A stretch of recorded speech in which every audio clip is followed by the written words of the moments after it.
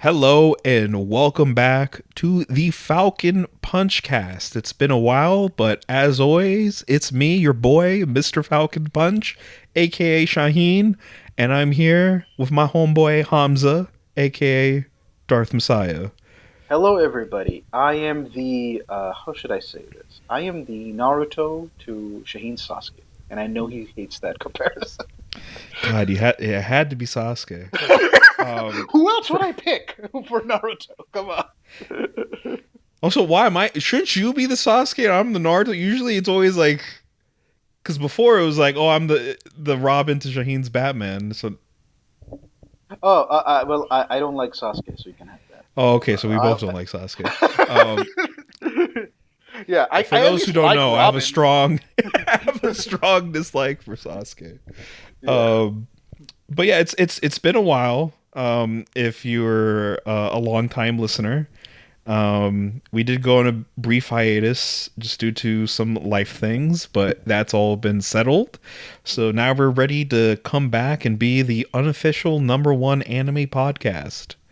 Yeah, just for full disclosure, we've actually recorded 3 episodes before this, but all three somehow had audio problems. So, Yeah, I don't know. Riverside for a while was being a little bitch. The app we were using to record, because like we recorded an episode celebrating and remembering Akira Toriyama, who obviously if you don't know, has sadly passed away this year.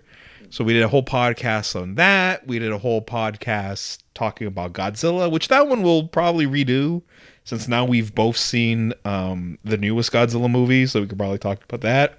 And then I forgot the third one we recorded, but the point is, it's the summer season, and we decided, since we are an anime podcast that occasionally talks about other nerdy topics, we decided to talk about all the upcoming anime that's coming up for the summer season. So we're just going to be looking through Live Chart, and we're just going to be talking about what we're planning on watching, and there's probably going to be a lot of isekai because let's face it, that's just what's going to happen.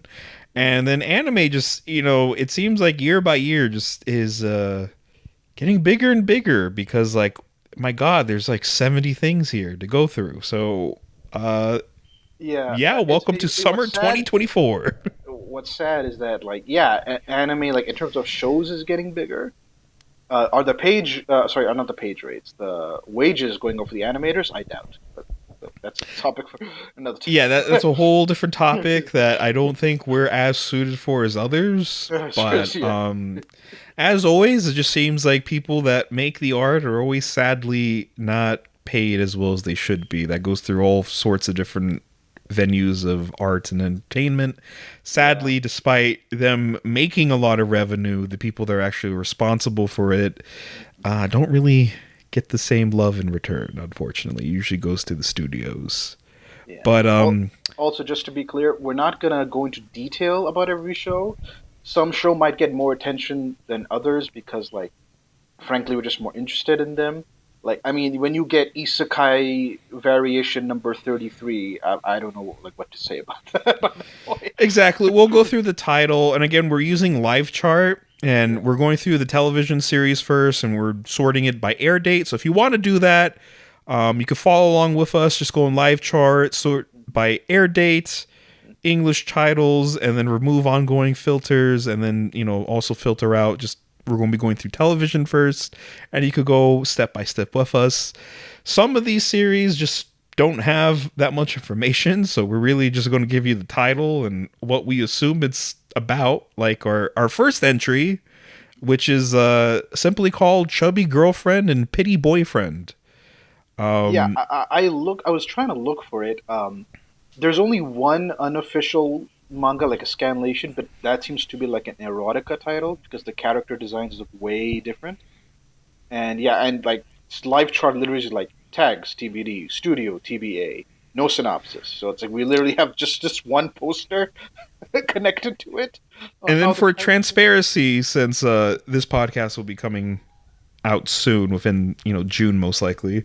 Mm. We're recording June 6th. This anime is supposed to come out June 7th, and there's like nothing to be known about. I'm pretty sure it's just one of those series that it's not going to be picked up. There's always a series that obviously doesn't make it to any of the streaming services, especially like a lot of these short form ones. So I'm assuming that's what this is. But yeah, that's our first entry. Chubby girlfriend and pity boyfriend. It's not going to be on Crunchyroll? I really don't think so. I mean, again, we know nothing about this. From what you described to me, from what you saw online, sounds like 1,000 different hentais I've come across. So, who knows? If it does go in the hentai direction, I could see this going on High Dive. But, why is that like destination for hentai? well, not really hentai, but High Dive has like Peter Grill and that one ecchi like series. What was it called? Like something teacher, where like it's a short series that like I guess people are just fucking their teacher or something like that. I forgot the whole plot of it, but okay. there's this trend of like short form, like 15-minute anime that are not exactly hentai, but you get the goods for the most part. I think it's like what limits it is you don't see full on dick. It's mostly like boobs and ass. That's where we draw the line. Okay. Standards. It's weird. Okay. But yeah, that's how we're starting off the summer with chubby girlfriend and pity boyfriend. So moving on with our next one, we got our first isekai. So if you have the isekai counter, you could start right here. We got the strongest magician in the demon lord's army was a human, which is like the most generic sounding isekai. By the way, okay, so I thought this was a season 2 or 3 of the anime that's like a meme, where like people can't decide whether it's taken seriously or not, where it's about like, what if we took the isekai power fantasy to its like ridiculous limit? Like he can beat someone with his heartbeat or something.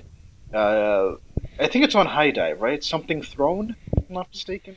Oh yes, I know what you're talking about. Like, yeah. because of that whole heartbeat scene. Everyone's like, can he be Goku? Yeah, so like this one, at least the poster reminded me of that, and I thought like, oh, is this related to that? Because that's how palette swappy these fucking isekais are. Like, sure. So like, yeah. I mean, see, the thing is with isekais, like the moment I see it being an isekai, like I'm not an outright hater. There's some isekai I'll follow or have an interest in. Like I'm not a complete like hater, but I have to admit, like the moment I see that in the genre tags, I'm kind of like my interest kind of goes down a bit. And then especially if it's an isekai that has the word "the strongest" in it, my interest dives down even more. So yeah, unless this series does something incredible. Yeah, it's for me. It's strongest and Demon King, or if they have like, I mean, I feel like I know why they do, but it's annoying still. Like transport it into another world, like they put that in. Oh yeah, reincarnated as or reincarnated as yeah. And, I know that's what isekai is, but like I mean, do you have to put it also like super long titles? Is really yeah, because like like that's the thing with isekai. It's just the names are so similar to themselves. Because like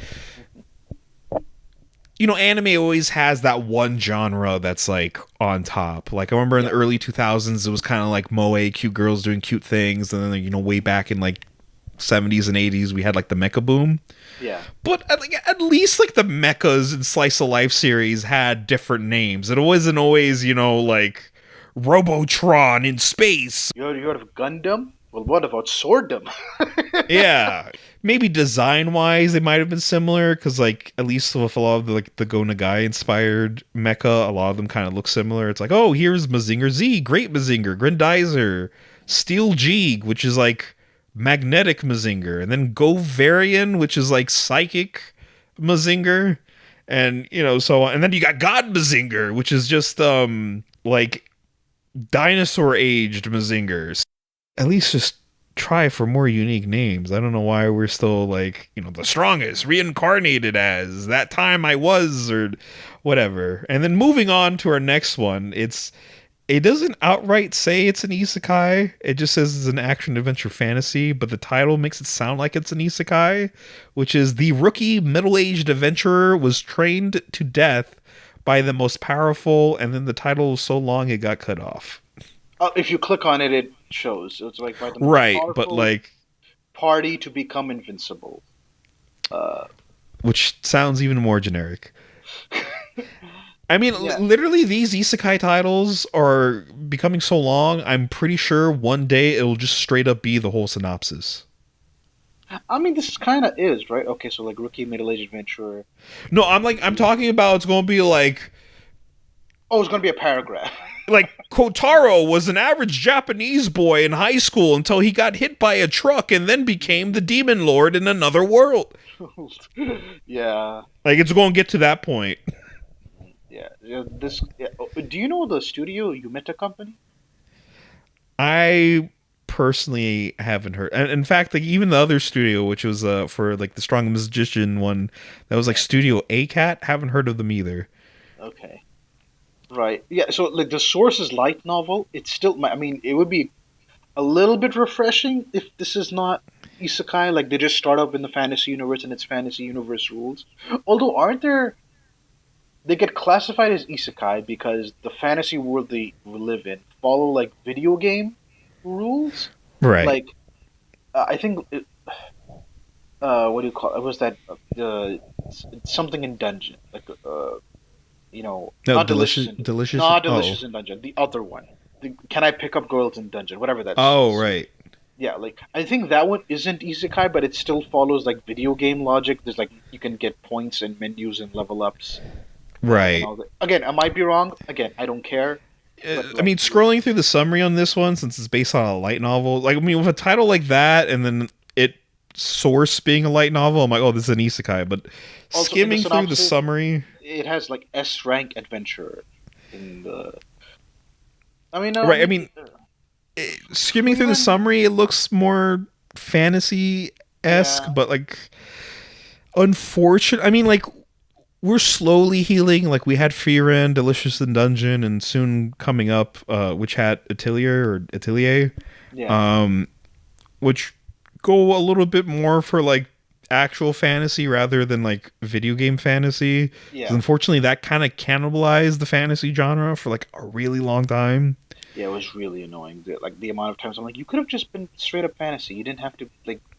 It really takes me out of it when you start using video game logic into it. Yeah. Yeah, like that always annoys me. I'm like, just when it's like a fantasy setting, and then all of a sudden they're like accessing a menu. I'm like, and it's not even like a video game isekai. It's just like a normal fantasy. I'm like, why are you? Why is there like a Dragon Quest menu in here? Yeah. So yeah, we're hoping that like we slowly phase out isekai in terms of more just genuine fantasy. Which this granted, this might be in that wheelhouse, but it's just that light novel source, ridiculously long name. It kind of like deters from that genuine fantasy like feel. But who knows? We might be wrong. I hope it. You know. I mean, I don't think either of us are ever going to watch it. So, uh, By the way, okay, so a little bit of lore here, folks. Shaheen hates the name uh, Blackagar Boltagon, which for you okay, who wow, don't we're know, digging this up right now. Okay, there's a reason why. I'll get to that. Okay. okay, So for those who don't know, Blackagar Boltagon is the name of Black Bolt of the Inhumans from Marvel, right? And he like really hates that name. Like it bothers him in his soul. Like, and so Shaheen, how do you feel about the main character's name in this one? The rookie middle aged adventurer, blah blah blah blah. His name is Rick Gladiator. okay. See this one. I mean, one. At least this, it's finally separated from everything. Like after this, this recording, I'm probably never going to reflect on the series again. Blackguard Boltagon is like very entrenched in Marvel lore, so he's touching a lot of the food I'm currently eating, and I don't want him there. To translate that, he's reading Fantastic Four, and they show up a lot in that. Yeah, and I'm like, I don't need you and your stupid Inhumans here. Fuck you guys. Go back to your moon base or whatever the fuck they live. See, my main problem with Blackagar Boltagon, not only is it a dumbass name, so far, at least from what I've known from the Inhumans, most of their name, like, they just have, like, their superhero name is just their name. Mm-hmm. Yeah. You know, like, Medusa his wife is Medusa. But, like, it's just Medusa. It's not like her name is, like, Snake Hairlass or something like that. And then she's also Medusa. So, but for some reason, whatever fucking reason, Black Bolt is also just Blackagar Boltagon. So, like, the fact that he has a normal name and a superhero, I'm like, why? That aspect also pisses me off. I'm like, why? But yeah, I don't know. The mutants can stay, then humans can fuck off. Except Miss Marvel, but I think she's a mutant now, so yeah, they can all fuck off. Yeah, because they want to make money off her and making her inhuman. I guess it's like bad branding. I guess Lockjaw could stay, even though the fact that he might actually be a human and not a giant dog kind of concerns me. For the non-comic book fans, there's an inhuman called Lockjaw. He has the power to transport people through, like, portals and stuff. There's a theory that, because the Inhumans, mutants, they're just born that way. Once they hit puberty, like their mutant genes manifest and they get a random power. Inhumans have a system where, like, they have a gene, but in order to activate it, they have to, like, be sprayed with a mist, and then they slowly terraform into, like, whatever their, like, inhuman power is. Which is basically mutants with extra steps, essentially. And so there's a theory that Lockjaw, one theory is that, okay, he was a dog, they gave him the mist, and he turned into this, like, portal dog. There's another theory that he was a human who, when got sprayed with the mist, turned into a dog. So, like, that makes it more horrifying because everybody else treats him just like a dog. So it's like they forget, like, this used to be a person before. So those are that's like a theory. It's not confirmed, I don't think. Again, I haven't read a lot of Humans. I'm not an expert, but, like, it would be really funny if that was the case. Comics, everyone. But yeah. Going back to anime, next up we have My Wife Has No Emotion. Yeah, so I haven't read this series. I've seen it on, like, Bookwalker and stuff. It has, like, 6 volumes as of right now.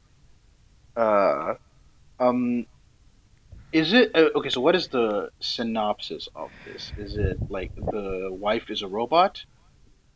Yes. So basically, it's about a single guy who really doesn't do much besides work and come home, and he's too tired to do chores, so he decides to get a robot.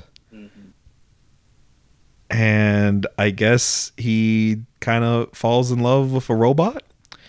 And as we all know here, previously established in a Punchcast called Falcon versus the Machines, I'm very anti-robot. Yes. I don't like it when robots become too human. It kind of freaks me out. And I think they should be smashed with baseball bats. Yeah, Shaheen is very anti. Shaheen is not a bigot, but he is a bigot towards robots. Yeah, I know. Like, when I was watching Pluto and they had the robot KKK, and I'm like, I don't like that, like, the whole symbolism, but they kind of spit in facts. Yeah. The art's not that great, though. I'm looking at preview page. It's like, okay.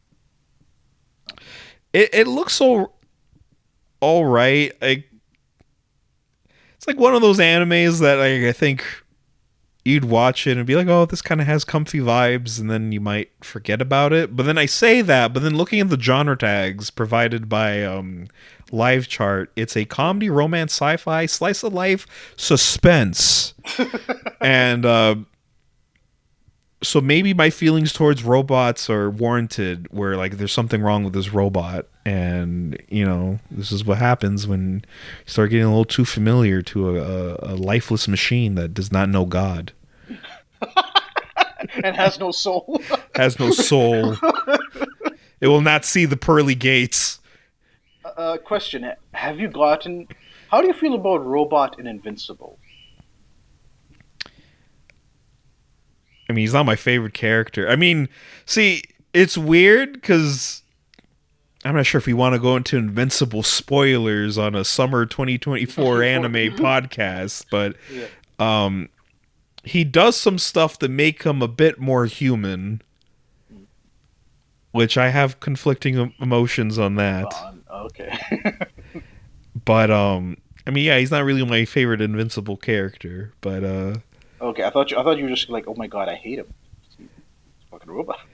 he's not the worst robot. I mean, like, at least he's trying to save the world. See, I have a problem when, like, the robot, works for humanity, and it's like, humans are evil, must destroy. I'm like, see, we did this to ourselves. By the way, I'm telling you, because I've read ahead. I know I've like read close to the end of this book. You're going to hate him.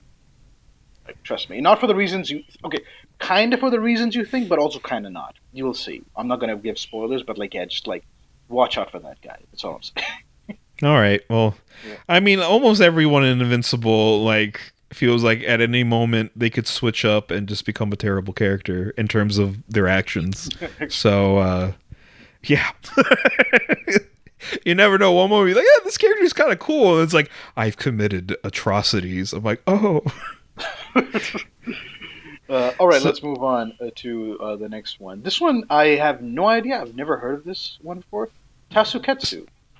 right. Which, again, we tried filtering out by English titles. So I don't know what that translates to. It's based off a manga, action drama, psychological superpower.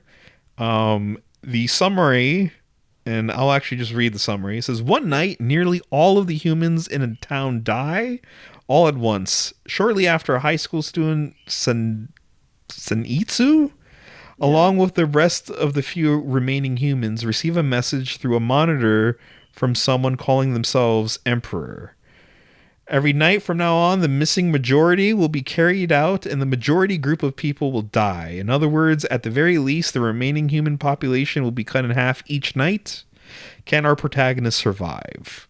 Okay, so it's kind of like a death game kind of Yeah, series. death game kind of series. So like Borderlands, and I'm trying to think. There's more. Borderlands is the one that comes to mind. Like, oh no, Oh, that's Alice in not Borderland? Alice in Borderland. Yeah. I was going to say, wait, the game?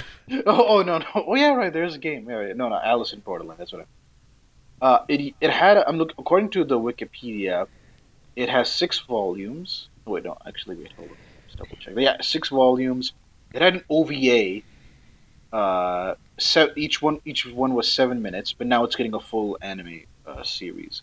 I don't think it's been licensed in official English, therefore it is beneath my purview. Not up to my Well, it is getting standards. an official anime. Oh god, damn it! Didn't think of that. So technically, we'll have official English because the subtitles. It will be technically official. Well, that Yes, is if it does Crunchyroll. get picked up. It doesn't really say if it's coming to Crunchyroll or Or not. anything. So Yeah, who for those knows? who don't know, Live Chart has like the logos at the bottom on like where you can get extra information. Sometimes they have studio logos, not studio, sorry, streaming services logos. So you know like where to get it. So like they have High Dive's logo, Crunchyroll's logo. This one doesn't have any of those. So who knows? It might be, it might not. I mean, it's too early to tell. This is coming out July, so we July still have 2nd. time. So Yeah, July like a 2nd. So we month. still have time. Maybe things will change. Yeah, need to pick it up. I mean, I feel like we should know that information by now. But Yeah. anyways, next up we got Oshinoko season 2. All right. So I've heard mixed opinions, like past, like you could say, like the first few volumes of the manga and past season one. Have you heard similar things that like it's getting weird, or there's people like, or maybe I'm wrong. Maybe I'm looking at it wrong. No, So I've heard those too, but I feel like what people were complaining about was like weird, was stuff that was already known since the beginning. So I don't know why people are freaking out about it now. mm, Um, I don't know. Manga fans online, and again, I think it's like Twitter manga fans, or just for those who don't know, I'm not on Twitter. I haven't been on Twitter for so far this whole year. Like I think I deleted Twitter like in December. I kind of got off Twitter. I might make a new account because I probably have to advertise the podcast and everything on Twitter. It's still like most people's main No. social media, unfortunately. So I might make a new account. But yeah, Twitter manga fans are like, how do I put it kindly? Um, they kind of fucking suck. I thought, okay, well, how's he gonna put this gently? But no, you just went straight for the hardcore like explanation. I mean, listen, I could say worse things, but Yeah. I mean, can you be canceled? No, you can't, right? You're not on Twitter anymore. No, you can be canceled on YouTube. Never mind. yeah, you could be canceled anywhere, really. Yeah, yeah, yeah. Um, but yeah, I don't know. Maybe I'm a bit salty because, again, as time of recording, this is June 6th. And if you're a Chainsaw Man fan, or if a Chainsaw Man fan on Twitter, there's been a lot of manga fans very mixed on the most recent chapter. And a lot of them, I guess, were reading a different manga this whole time and are very surprised by the events that just transpired in the newest chapter. And as I told Hamza, I personally call them fake Sawman fans because I don't know what the fuck they saw in the series before, but like, it's almost like they were reading a different manga this whole time. Then read the newest chapter and like, this is not my wholesome series. Wholesome. The word wholesome really bothers me. I'm like, I mean, how can you call it wholesome? From like chapter one, it tells you like the tone it's gonna have. Like, I don't know how you get wholesome out of that. Yeah. Yeah, no, and then I see people being like, "Oh, I miss when Chainsaw Man was like this," and it's just like Denji, Aki, and Power just like hanging out, and I'm like, to be honest, that wasn't really like a big part of part one. I'm like, yeah, they had those moments, but like that was never the main focus of this manga. I'm like, if you wanted that, read some other series, but not Chainsaw Man. Yeah, go read a slice of life, like, you know, series. Yeah, like, I don't understand why you. Or some other shonen series where the main characters are friends and hang out. Or fuck, just read Dora Hedora. There's plenty of friendly, wholesome interactions of characters in that one, on top of hyperviolence. Yeah, I mean, yeah, go read Fairy Tail, Naruto. There's so much shonen for you to like dive into, unless you've read those, and like, either you wanted Chainsaw Man to be that. Yeah, like, I don't know, maybe grow up a little before you, I don't know, read the series that's meant for teenagers. Yeah, you guys wanted unfiltered Mr. FalconPunch. This is what it is. I don't, I'm just a bit salty. I'm personally, I don't think I've told you, or maybe I told Anime Hero, but I honestly think Chainsaw Man is like the closest series that in my heart is to the level of Dorohedoro when I was first reading Dorohedoro. So it's a series I really enjoy. So I don't know, maybe I'm just salty with like a lot of bitchy fans. And again, we're both not up to date with Oshinoko. I was planning on watching the anime. And I was going to, because I do have High Dive. I just never Same. got around to it. Because oh, sorry, continue. No, no, no. I was just about to say, like, for me, it's like, so here's my bias. Whenever there's a series that's centered around music or food, I immediately tap out. Like, I'm just like, oh, and like when it's about the idol industry, I mean, I get like, because it's fascinating, because it's way different from like North American like celebrity culture and like entertainment like stuff. So it's fascinating from that perspective. But like, I'm like, I mean, I saw Perfect Blue. I think I've seen enough. I saw the get it. one. I saw the one. I get it. Like, I know Oshinoko goes deeper, especially it's more modern, so it's going to be like more fucked up because Perfect Blue was like '90s. Although it predicted a lot of stuff Right. about idol culture, but like, yeah. So like, that's my bias. Like, that's what makes me hesitant. I know it has a really crazy premise on like the whole reincarnation stuff, how they justify it. Yeah, but like but like, again, it's like whenever it's like music or food, like it's like I don't I'm not interested in Food Wars. I know the art looks amazing and it's very like I mean, to be honest, I uh, tried food. I tried Food Wars. Just no. nah. So like yeah, like that's my like bias. I'm being honest. So like I'm not gonna say this is bad or good, but it's just like it's like not hooking me in. But I hope it does well. It seems to be a really. I mean, it made it made noise when it came out, both as manga and as an anime. So I hope it Yeah, like I do want to check it out. It is the same author as Kaguya-sama Loves War, which is a series I really enjoy. So I do plan on eventually checking it out. Oh, I didn't Um, know that. Okay, now here's the exception. If it was about VTubers and like the back behind the scenes of the VTuber industry, now you got me. Now I'm interested. I'm all in. well, guess what? You're in luck because we might have something later for you Later. folks when it comes to that. But Yeah, we'll yeah. we'll be moving on. Next up, we have Aaliyah sometimes hides her feelings in Russian. I don't know. That seems random to me. Like, why Russian? It's a comedy romance school series based on a light novel, where I guess this girl just hides her feelings in Russian. Is she Russian herself, or like, oh, she's half Russian? Okay, it's in the what do you I call feel it? like usually with slice of life series, there's always there's like that one character that's like Or half half Gaijin. insert country. Yeah. It's like I've seen more where it's like usually the half American or half British. Um, Yeah, true, true. Yeah. Oh, but yes, and the trope is that they know Japanese or they don't, but they don't know English, or if they know English but they don't know Japanese, and it's like tough. yeah, I Yeah. remember like one slice of life series because contrary to belief, I do actually watch quite a few slice of life series because like some people are like, oh yeah, because like, I guess based off my videos, like yeah, he just watches all these Macho Man anime all the time. But like I remember one time I talked about slice of life, and someone's like, why are you talking about this? And it's like, because I have diverse taste. Uh, no, because there's this one series, I think it was called like Ichigo Marshmallow. And one of the girls in that one, she's like half American, but the joke is she's really fluent in Japanese and really good in Japanese, but her English sucks to the point where all her classmates know English better than her. What was the name of the anime with the girls smelling each other's armpits? What the fuck? I don't. It was a big. I'm not making this. It was a big. It was I a big. know. See, Okay. that sounds very.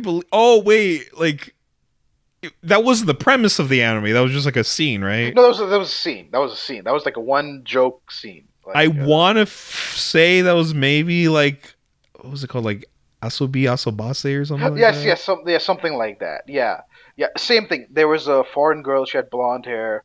Really Right? good. Really, Yeah, yeah, yeah, yeah. Asobi Asobase. That's the one. You're exactly right. It was really good. Really funny. I highly recommend it. yeah. It's really I'm just really like, sad that they never made a season 2 for that one. yeah. Is it based off a manga or it's original? Yeah, it's based off a manga, Okay, I'm gonna have but to like try the to find. voice acting and faces were so good on that one. Like I kind Yeah. of um. But yeah, that's definitely really good. That Yeah. just brought back some memories. That was a good comedy show. But like Yeah. at first, I thought you meant that was like the whole premise of just go sell each other's armpits. I'm like, I feel like that's probably possible, but like, why? Yeah. For those who don't know, Asobi it's just literally about three dumb girls in high school. It's like basically that version of like high school boys. What was that Oh, one? Daily Life of High School Yeah, Boys. Daily Life High School Boys, where it's just like just kids being dumb as fuck in high school and just doing the dumbest shit. And it's super exaggerated and stuff. I highly recommend it. So yeah, okay. Now here's my question to you because like I think you and me are like fairly neutral on this. It's like don't really care either way. But so here's my thing. Are you in a place right now where like if you see a romantic comedy but it takes place in high school, does the high school part turn you off? See, it's weird. If it's a romantic comedy, I'm fine. Yeah, that's what I Because said. It's actually, not. It's the high school part that like takes me out. no, If see, it like was, if it's set in school and it's a romantic comedy, I'm fine. Because I like Kaguya-sama, which is in high mhm, school, and then I yeah. like Dangers in My Heart, which I think is like in middle school. Oh, So okay. I'm fine with it. I just don't like seeing a shonen series and they go to school. That's where I'm like, ooh, buddy, you Oh, just fucked up right here. I'm at the okay. age where if I see a shonen series, they're like, we're at school. I'm like, I don't care anymore. Okay. Interesting. Why is that? Like, why is it like, oh, when shonen does it, it's like, ah, red flag, but when like a romantic comedy does it, you get a pass. I'm wondering. Just curious. Well, I think with shonen series, it's just because I've seen it. It's played out so much Mm-hmm. of like the main characters are in the school or they go to a school. Like I don't know. It's like I've seen it so many times, but at least like I'm not super like in depth of romance. Like I could probably count the amount of romance animes I've seen on my hand. Like I've probably seen like a little bit more romance manga, but like compared to action series, I haven't experienced that much. So it's still a bit new Hmm. to me. And I then see. I don't know, maybe since like I was homeschooled for high school, it's kind of like, oh, this is what my Oh my life could have been God. like. You Oh know, it's right. like You haven't been okay. So you haven't felt the trauma of high school. yeah, I got all of that in college. Yeah. True. True. So it's more traumatic because we're all adults. Yeah. Yeah. Okay. Yeah, that's interesting. I never thought about it. Like, wait, you never been to high school, so this is like a what if scenario, for you. Yeah. Marvel's what if? What if I went to high school? Yeah. I mean, to be fair, like it's Japanese high school. It's very different from like American high school or like for me, Middle Eastern high school. So, but yeah, but it's still like high school. That's like, I would rather much, especially I'm at a point in my life where like I need to see more adult shit. Like, I mean, for example, like I'm watching. I've seen the first like 5 6 episodes of Buffy, and number one, I will talk about this in detail some other time. But like, uh, on a Toku aspect, it disappoints me. But also, the high school aspects are really getting to me. Like, it's just like really bothering me. And I know if I watched this before Toku, like in high school or even in college, because I got into Toku very late in college. Uh, Yeah, essentially when you met me like a year later. True, true. Uh, yeah, but like, so it's like, but like the high school stuff is like really bothering me. Then I switched to an adult show and I like binged 3 seasons, and I'm like, okay, so like I just maybe in the future when I'm like older and more nostalgic, I'm like, man, high school was like not as bad as I thought. I think right now it's still fresh in my mind, maybe. Also, like it's so like it's everywhere in anime, like so to the point it like gets really annoying. Like as you grow older, it's like, can we Yeah, please because have I've heard like a lot of anime take place in high school because that's where a lot of Japanese people felt like they had like freedom, like the most freedom. Because freedom? like once they get a job, it's like kind of at least that's what I've heard. I'm not sure if that's the general consensus, but also target demographic. Most Yeah, of target your demographic they usually aim at the young people, and like, yeah, I've heard this too, mainly from Joey, the anime man, that like in Japan, how North Americans see university or college. It's like, oh, that's where the freedom comes in. That's where I'm like, I can do whatever I want, but I still have to study, so I don't have like real world like like job like stresses. I'm still doing school, but it's like a more liberating form of school. That's how Japanese people feel about high school itself, not college or university. High school. I don't know how they feel about college, university. It doesn't really come up that much, I surprisingly. feel like I've seen very little like college series, which I by the can way, if you're a only, slice of life fan that wants yeah. the college experience in your stories, I highly recommend the comic Giant Days, since it's essentially Oh, that. It's the cute girl slice of life series, but it's three British girls in college. So I thought you were gonna mention Golden Time for a second. I haven't seen that yet. So yeah. Okay. I love Golden Time. It's probably one of my favorite romantic comedies. It's made by the same author who did Toradora, right? That's the Oh yeah, yeah. yeah the I feel like fucking little I've chibi tsundere that I hate. Yeah. I've never seen Toward. I know that like when I was getting into anime, that was like The big one of the that the top. yeah, one of the top. Yeah, yeah, It same. was like that Haruhi, Code Geass, Death Note, Full Metal Alchemist. Yeah. Times have changed. Yeah, yeah. Just to be clear, I hate tsunderes. I hate them with a passion. I wish they would all die. Just be honest with your feelings. Okay, if Yeah, you see, love them. I'm not the biggest fan of it. See, like a little okay if they're not completely honest with their feelings. What gets me is like when they're like also like hyper violent about it. I'm like that joke has never really landed for me. Yeah, But yeah, so let's move on to our next true. Okay, anime. this one we're gonna be out of our depths here. Twilight Out of Focus, which is a boys love school series about Yeah, film please read the description. enthusiasts. Yeah. All right, so film enthusiast Mao Suchiya. Tsuchiya, and I'm sorry because I'm a bit further away from my laptop, so I kind of had to like squint a bit. So, and his lone wolf roommate Hisashi Otomo make three promises. Number one, that Mao will never tell anyone that Hisashi's gay and has a boyfriend. Number two, I mean, you gotta be a bro. Number two, that Hisashi will never approach Mao in that way. Oh. And number three, that they'll respect each other's private time. Okay, you know, bros.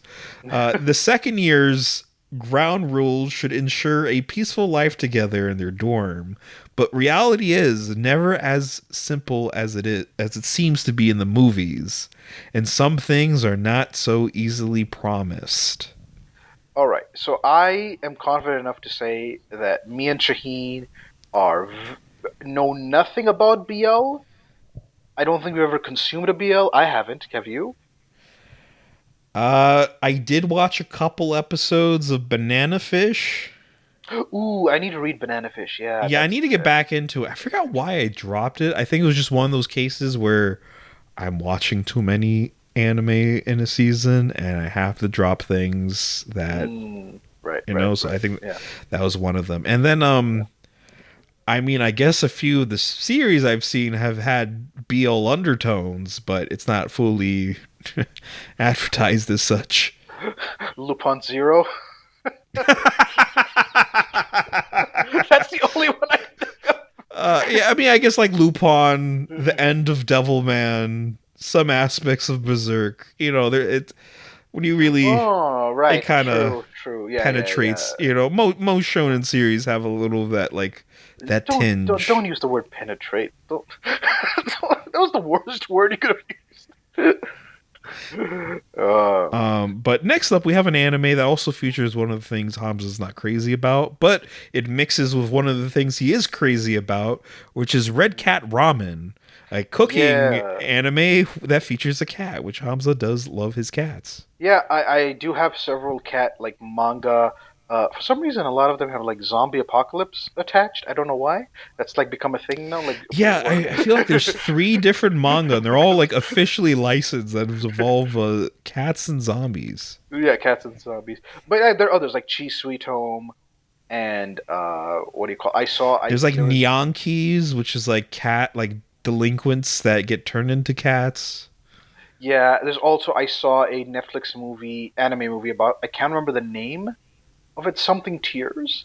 And like I bawled, like I cried. It's about a girl who turns into a cat, and like she has this crush, and but the crush hates her, doesn't want anything to do with her. But like by being a cat and the guy she has a crush on being a softie for animals, like takes care of her, and through that she learns about him and stuff. And so yeah, like that made me cry. Like I was bawling. So like yeah, I love cats. Not into the food stuff, but yeah, like I think the this looks like a nice. It's like slice of life comedy, right, or something like that. Yes, and Right, right. also like I feel like this is I'm pretty sure this is also on It was workplace comedy. Okay. Manga Plus. I feel like I've seen this on Manga Plus. I haven't read it, but it's on Oh, it's Manga on Manga Plus. Plus. Yeah, Oh, so that's I think it might be one of the cases of those series like it's been out in Japan for a long time, but they just brought it out to Manga Plus oh because my it'd God, be it has a pretty hundred chapters. strange. Okay, yeah, so there we go. So yeah. Yeah, it So I'm has a like hundred I feel like chapters. it's a pretty newer series and it's already getting an anime. And there's nothing labeling it as a short form anime. So I'm kind of curious how that goes through like a full, 24 minutes. Man, Manga Um Plus is trying all types of weird things. Honestly, if you live in a country that has Manga Plus, it's a fantastic deal. Recently, I think it's it's ended by now or it's ending soon. Mm. It's definitely gone by the time you guys are listening to this podcast. But Manga Plus did this really cool thing where you could watch ads at the end of a chapter, and some of those proceeds from those ads will go directly to the author of that series. Oh, that's And nice. Manga Plus does feature a couple series of mangaka that are like much smaller. Because, like, I'm pretty sure there's some One Piece fans like, oh gosh, support my boy Oda. Well, I'm pretty sure Oda's taken care of. But, for like some smaller series that, are just starting out, I'm like, oh, this is kind of neat to do. That would be kind of cool if other manga apps did something similar. Or hell, even comic apps. But, Webtoons had they're starting a thing where you can give like tips to the author directly through Webtoons. oh, that's Yeah, that's pretty but it's cool. replacing something else that gave them more money, and now they're just putting the Ah, onus on the customer. Like, yeah, of so it's a course. catch. Yeah, it's not a it's Yeah, like we said, like we said in the beginning, unfortunately, yeah. these creatives don't get as much as they should. Yeah, because so apparently there was one creator who was saying that like Webtoons would pay directly into their Patreon, but now they're removing that and they're just like, hey, we're going to make a service where you can, if you care about the creator, you can pay directly through Webtoon to them. So again, they're just putting the onus on the customer to like give a shit. See, like it's Yeah. kind of cool because I'm pretty sure there's a lot of people like, oh, I'd love to support this creator, but then it's also really shitty where it's like, I as a fan have to do that and not these companies. Yeah, yeah. As a fan, it should be like, well, I am reading it, I am buying the manga, I am either digitally or whatever. My consumption should be support enough. Legal consumption, I should point out, just Yeah, to be clear. Yeah, like shouldn't that be enough? But it's like, nope. It's like I guess I gotta like be a charity like as well for the creator. yeah, I know. Like, Yeah, moving into like American comics, you have like the Hero organization, which helps like the Hero sick Initiative. comic book. Yes. Yeah, Yeah. that Hmm. helps like sick comic creators, Yeah. which is like very disheartening, especially when some of them have like big budget movies out in theaters. Meanwhile, Yeah. they're in the hospital with like crazy bills that they can't really afford to pay, Hmm. and they have to rely on fans to help them through that. And that's like, well, that fucking sucks. Yeah. Yeah. But yeah, I just hope that maybe something. I hoping something will change in the future. Like, because like I see more and more artists across all like maybe not. I can't speak for anime and manga because like their industries are like really different. But like at least in North America, there's this like drive to like go more indie, like in animation, in comic books definitely. Even webtoons, they're like trying to get that thing going, but it's difficult because webtoons has such a monopoly on like webcomics and stuff. So like yeah, but there are, even in music, obviously there is movements like hey, get like uh, own the music, own the masters, don't like a fucking record company own it. So I'm hoping this like continues and like this trend gets bigger and bigger, so then we can like cut out the fucking like leech businessmen. Yeah. Yeah.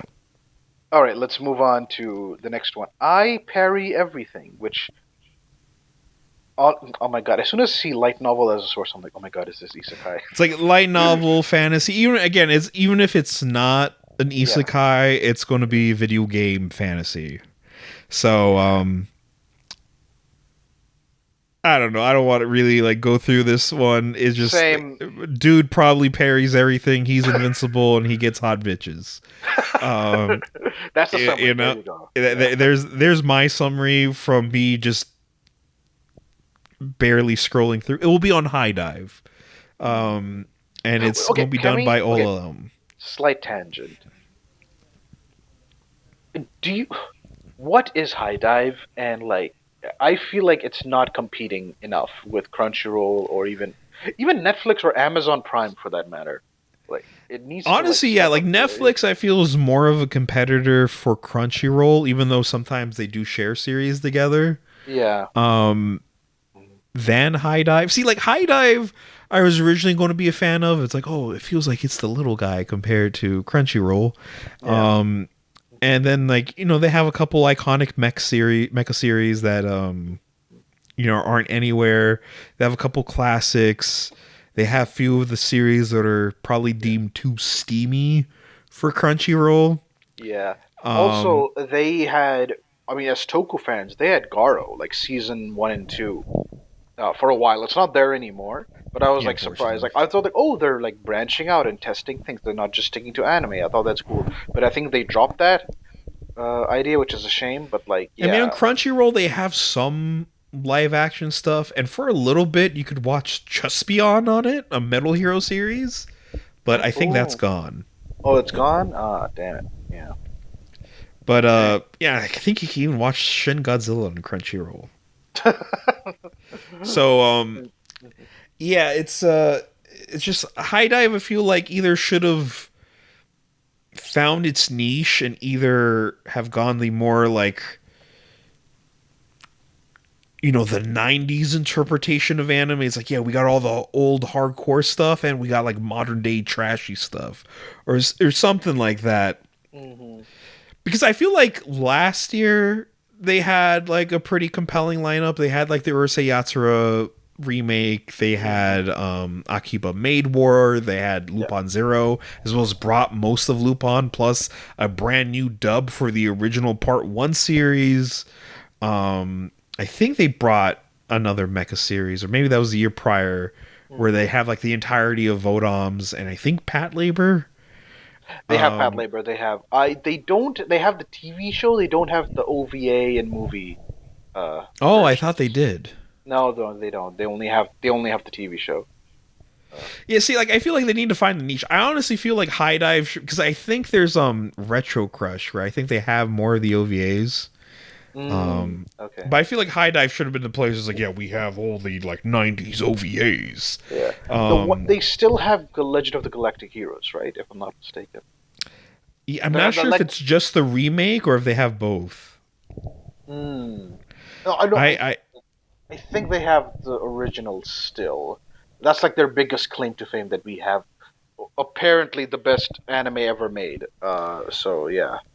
It's and also like I don't know. See, as a service, at least on my TV, their subtitles are kind of whack, and I constantly have to turn on and off the English subtitles just for them to appear. hmm. And then also they recently updated themselves and increased the price and actively made the service worse.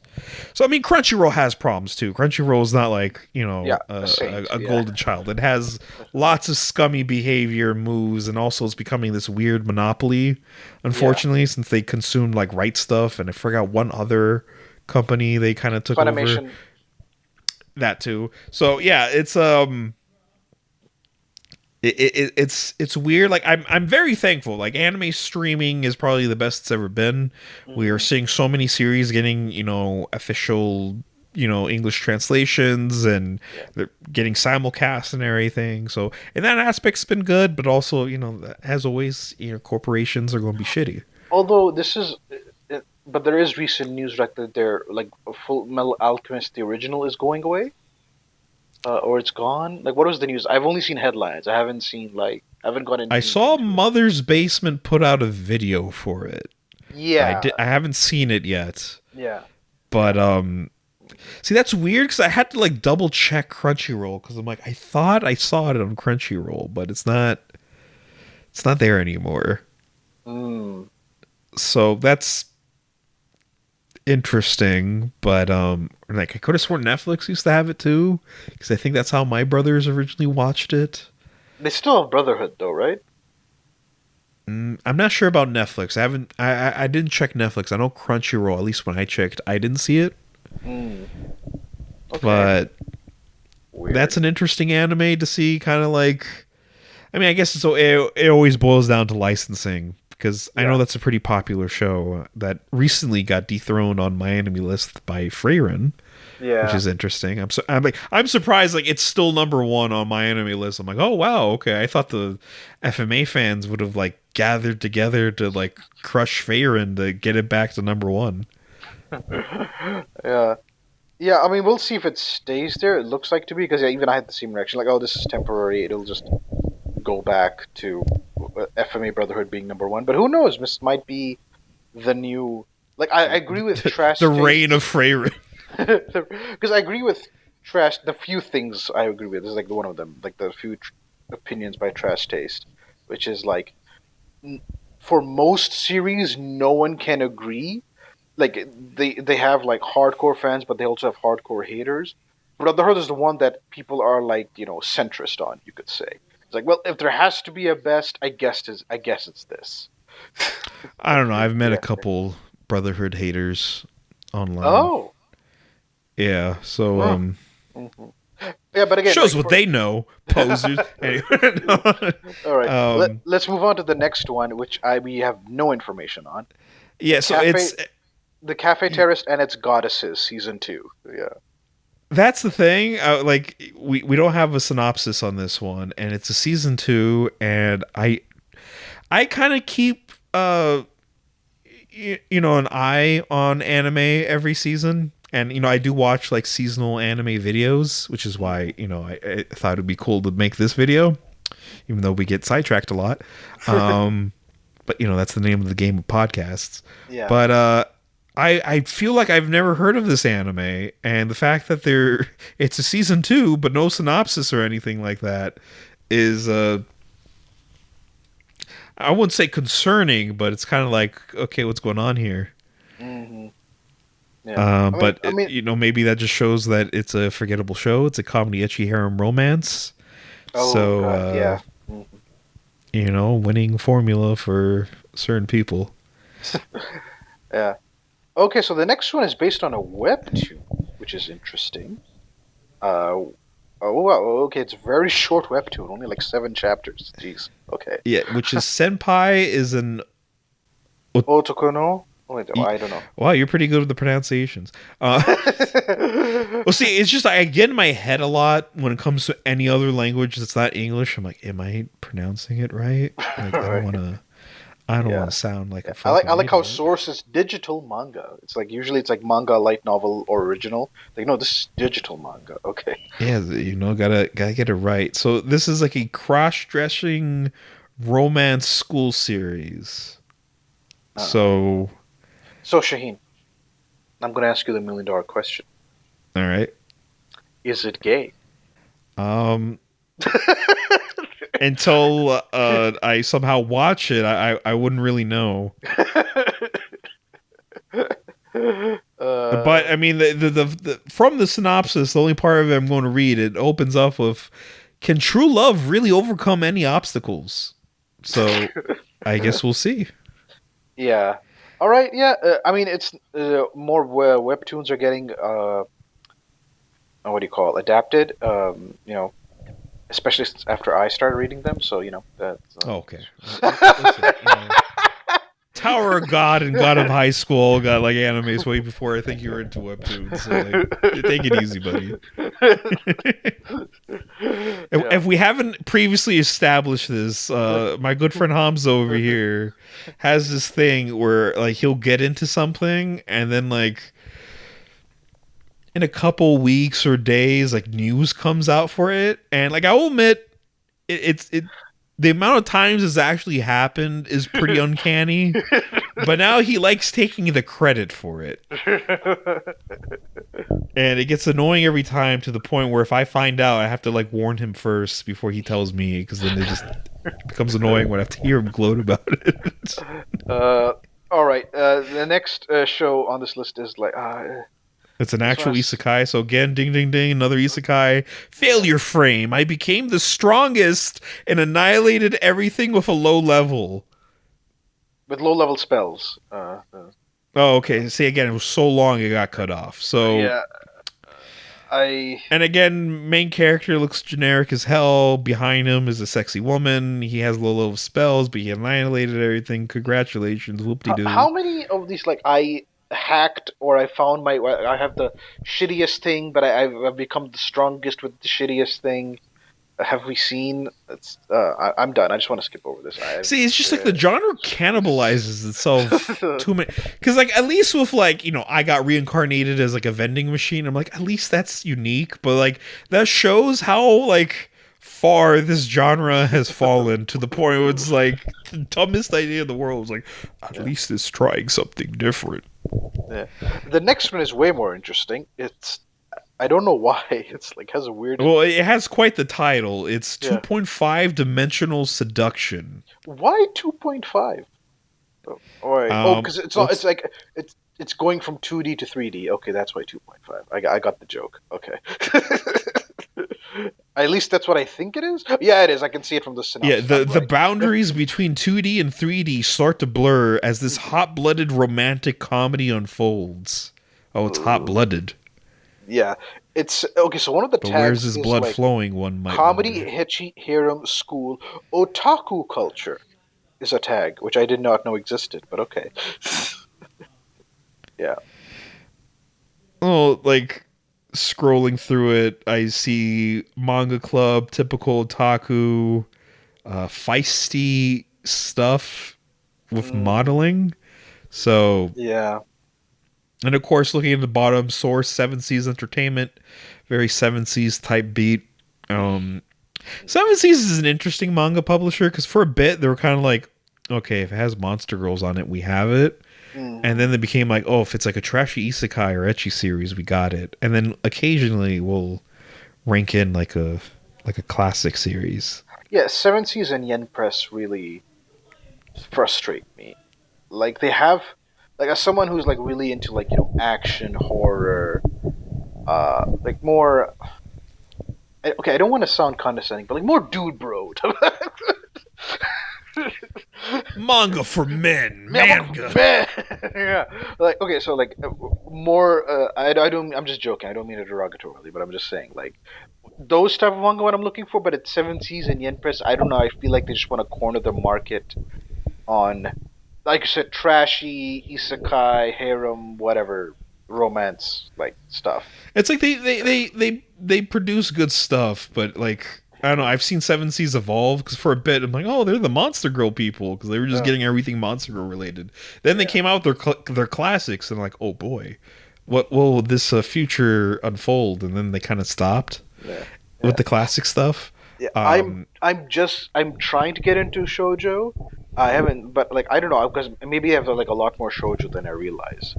Uh, but like or does Viz have more? I'm not sure. Viz has quite a few, and a lot of it's Yeah, on the Viz app. yeah, And yeah, yeah, shoujo's definitely another thing where I'm like, I gotta like expand into those horizons at some point. yeah. Because there are some manga that I definitely want to read, even though they are classified as shojo. Like I mean, we already mentioned Kaiju Go Caramelized. That's shojo. Love is Kill is one I want to read, and there are others. But like shojo is definitely a genre I want to dive into.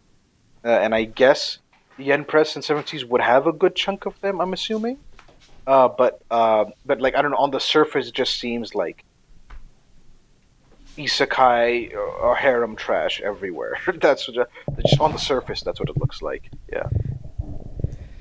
Yeah, it's just that, I guess it's the hot thing. It obviously sells considering that that's what is constantly getting licensed. Yeah. So we just gotta wait for that bubble to burst. Yeah. Speaking of isekai, Uh, an isekai I'm actually going to check out, which is the Suicide Squad isekai.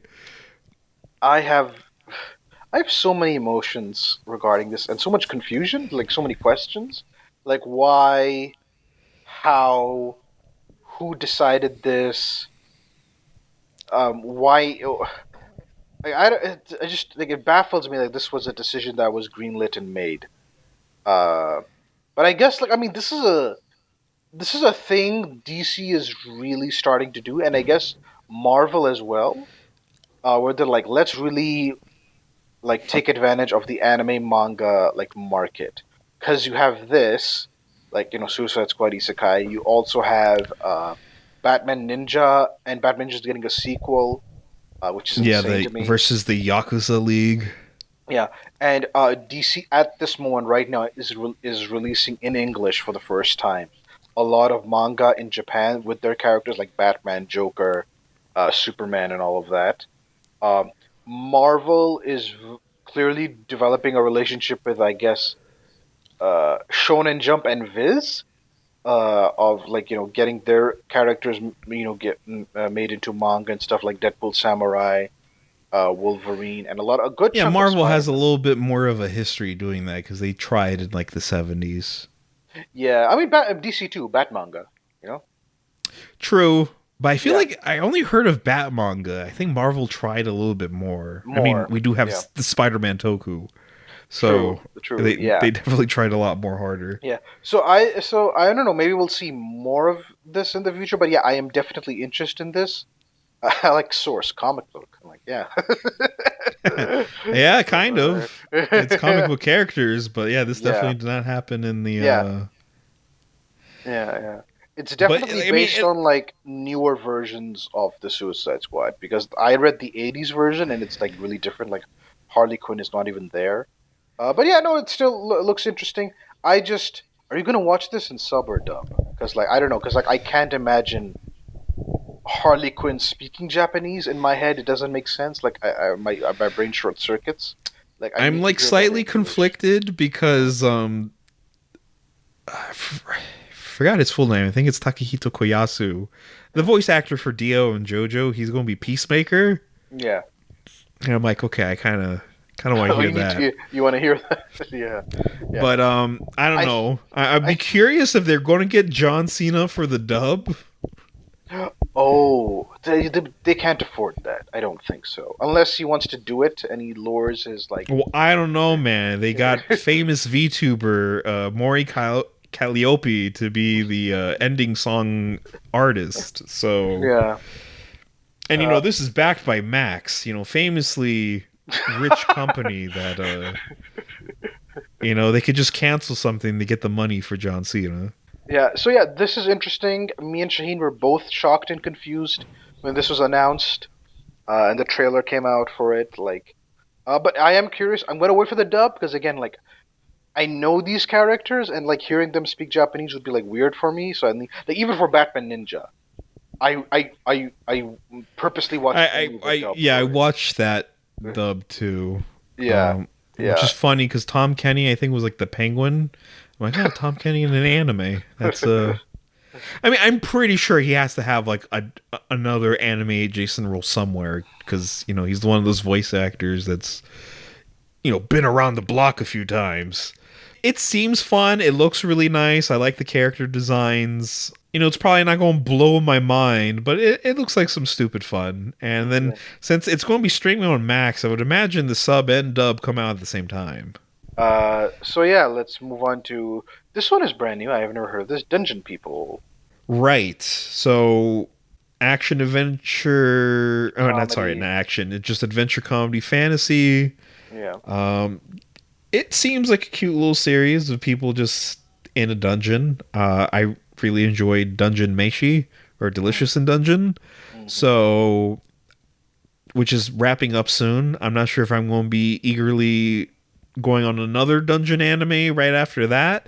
This might be a series that like I mean everything I've seen for it looks fun, but nothing has really got me that invested into it. So maybe if I hear some good stuff about it when it wraps up, I'll probably check out maybe Yeah, perhaps. the poster and art style and colors don't do it any favors. Looks everything looks really flat, like and like kind of ugly, like very brownish and green. Like ugh, like that's the only thing. But I don't know the premise and the specific art style of the characters look okay. So I don't know. We'll see. Yeah, not much to say about this.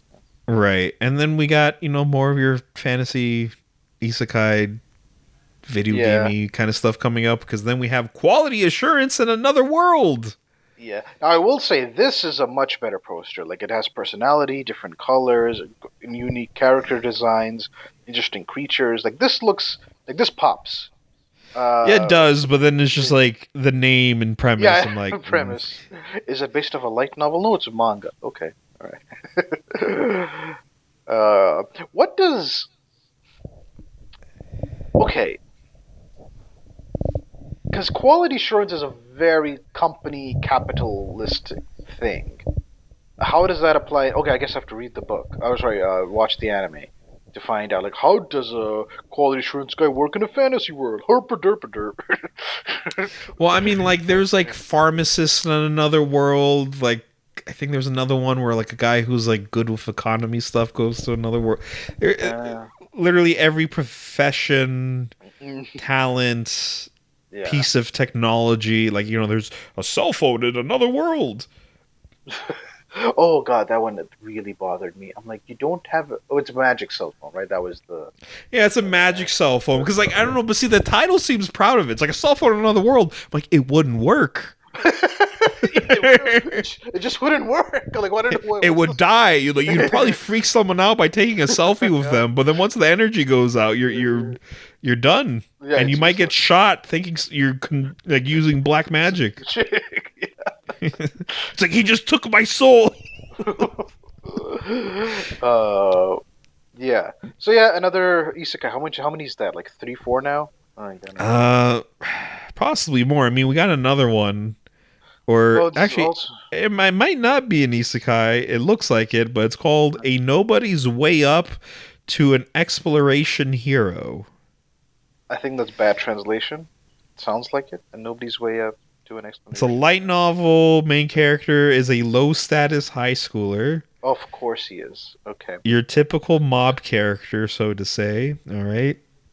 See, stuff like that. Like when it starts using all these keywords, I'm like, like it feels too corporate. It really just feels like some fat Japanese guy be like, "Oh, this is what all those filthy weebs like." Um, Take me to the animator minds. I must whip them to create this monstrosity for me. uh, yeah, it's just another.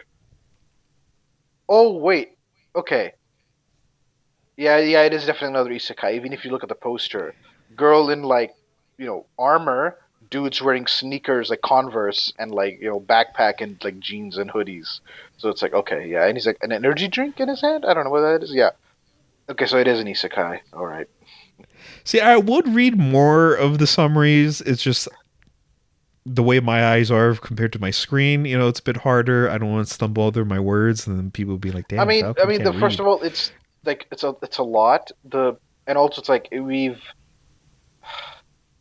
Also, ideally, you guys are following along with us. yeah, Hopefully, if you're you have following the along, time. and also it's like I mean, it's not the premises are not unique. Also, Like I'm pretty sure you guys are not going to watch this either, so don't act like you're better than us. don't actually. There's gonna be one comment like, "I love isekai. How dare you?" No, someone's going to be like, "A Nobody's Way Up to an Exploration Hero is my favorite series of all time. How dare you, good sir? It is peak." Oh God! All right, let's just Peak move on. shit. Anyways, Okay. Okay. Don't so insult next the up we have a fans. video game adaptation for Oh. Sakuna of Rice and Ruin, which is a game I do want to play. It's been on my Steam wish list for a while, Okay. I so thought I thought I'm it was gonna probably be a not gonna gacha. watch the anime. Wait, is it a gacha? No, Okay. All right. Okay. it's like an good 2D action adventure, but you also take care of like a rice plantation. It says here you fight monsters as well. Weathering the elements, fight monsters, and cultivating rice. Okay, wow, this is Right. Like very interesting. you go out, fight monsters, and you get ingredients and like material to go back and make a nice rice farm. You make me want to play the game, not watch the anime. See, like when it comes to like because video game adaptations have become more popular these days, even Yeah. outside of anime. But like I don't know. I remember I had a conversation with a friend about it. When it comes to like video game adaptations, I mean, there's definitely some I like. Mhm. Even though the ones I do like are for games I have not that much of a connection to, like Gungrave or Cyberpunk. Mhm. But I don't know. For the most part, I'd rather just play a game because, like, 9 times out of 10, the game is probably more entertaining and more engaging than just watching it. So yeah, I don't know. I'm not the biggest fan of like video game adaptations. I'm like the the medium of video games is always going to be more engaging than whatever movie, Yeah, because TV show, or anime. it requires active participation rather than passive, which is like um, Exactly. And like, yeah. you can kind of make your own story in your head. You have your own unique experiences where as with an actual you know movie, TV show, anime adaptation. It's like, well, here's what the writers decided to give you as an experience. So I don't know. It's not the most engaging thing for me personally. I do like the art style of the game. I'm not sure how much of the anime will directly take from that. But again, video game adaptations aren't exactly my thing unless you take the universe of said video game and turn it into a shonen battle series like Dragon Quest Dai, which is a series. It's probably the best video game related anime. Just because it's really just let's take the world of Dragon Quest, but fuse it with Dragon Ball. Ah, see, I think the number one video game anime is Sword Art Online, no question. I see you're a man of culture. I see. That was sarcasm, people. Don't. I'm sure the way you said that, Oh, people sometimes still don't like true. see it. That's Yeah. that's Okay, true. this next one I'm really excited for very wholesome reasons. Nothing, degenerate at So all. yes, next up we got the very educational anime Plus Sized Elf, which I am.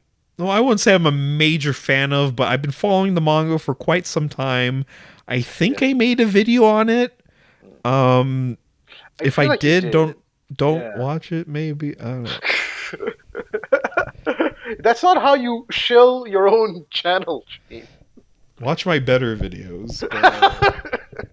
Well, no. See, the thing is, when I told my anime club I have a YouTube channel, this is going back to some trauma, way back in university.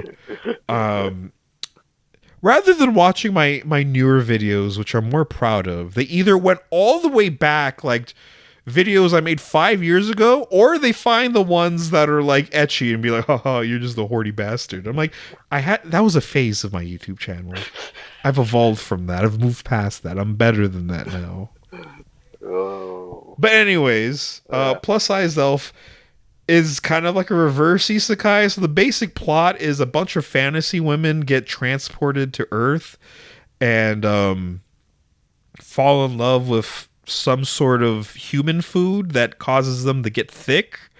And because of that, for reasons they can't return back to their fantasy world, because the portal only allows you to go back if your body is the same shape as it is when you first entered it. Oh, how convenient. Okay. But luckily, all these fantasy girls managed to make their way to like a massage therapist that also does like a lot of like physical therapy and knows his way around, living a healthier lifestyle. So they basically all hang out with this guy. He will occasionally give like a exercise or healthy eating tip, which the girls will ignore, and they get into shenanigans. It's just beautiful, thick fantasy girls doing their thing. The mangaka, apparently, if the story is that I heard online is to be trusted, Oh. the author is a hentai artist that made the series, which if you check out the series, pretty obvious. But apparently he saw, like, at a young age, he saw a picture of like a starving person and it scarred him so much. He's like, thick women all day. I'm just never drawing a skinny woman in my life. Oh my. Oh wow. Only Okay. thickies for me. So, true man of culture. Like I said, I do like the manga, but I did see a trailer for the anime, and unfortunately, it has a very flat art style. It doesn't really look like it's going to be that animated. So, all the important jiggles are not probably going to be where they need to be. So, I'm kind of disappointed by that. Sorry, my fellow thick fans.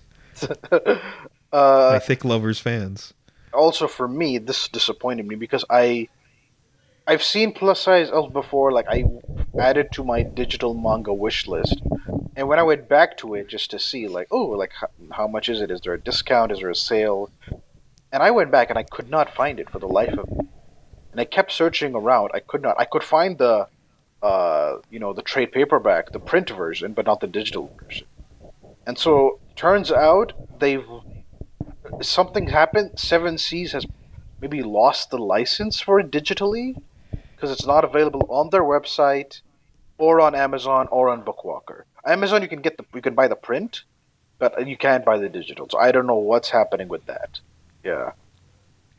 Yeah, a bit unfortunate. Yeah. Hopefully, I don't know if it's possible the anime might fix that. Anime's coming out in High Dive, and if you're one of the lucky bastards going to Anime Expo, this is going to have a premiere over there, even though compared to Oh. everything else they're having a premiere for, I don't know if this is an anime I would go to in public to go see in a huge crowd of crowded anime fans. But if you're an anime expo, it's like who are you to I mean, judge? yeah, you're among family, but like even more so, I want to be crammed in with these sort of people. Oh God! Wow. Shaheen has internal weebism. I guess. Listen, man, I want to see my. If I'm going to see my thick fantasy girls, I want to do it in the comfort of me by myself. So, all right. Okay. Also, the dark elf and ogre best girls. Oh, okay. Okay. He stated it right now, folks. Yeah, no, there's no debate. Um, All right. eh, Next one is a fantasy, which is great. It's not isekai, at least from what I can tell. But I've never it's heard of this. Wisteria, Wand and Sword, and it's about a hard-working boy named Will who enters a magic academy. So he goes to school. So I'm kind of like, nah. Nah. It is shonen. Yeah, shonen fantasy. So yeah, I'm not much to know. I mean, I never knew this series existed. So now I know. Maybe I'll read it one day. Uh, oh, he's a no talent apparently, because Oh boy. yeah, the manga description on Bookwalker is like Rise of the No Talent, and then they go into the character and like his backstory and what's gonna No happen. talent in a magic high school. He's a hardworking boy. This sounds so original and lovely. Again, Uh, people, that was sarcasm. Yes. Speaking of original and lovely shonen series, up next we have Fairy Tale the 100 Years Quest. All right. So my position on Fairy Tale is neutral because I've not read the manga. I have not seen the show. I am aware of its reputation and the reputation of Mashima because people just like want him to just skip the middleman and go straight to porn, man.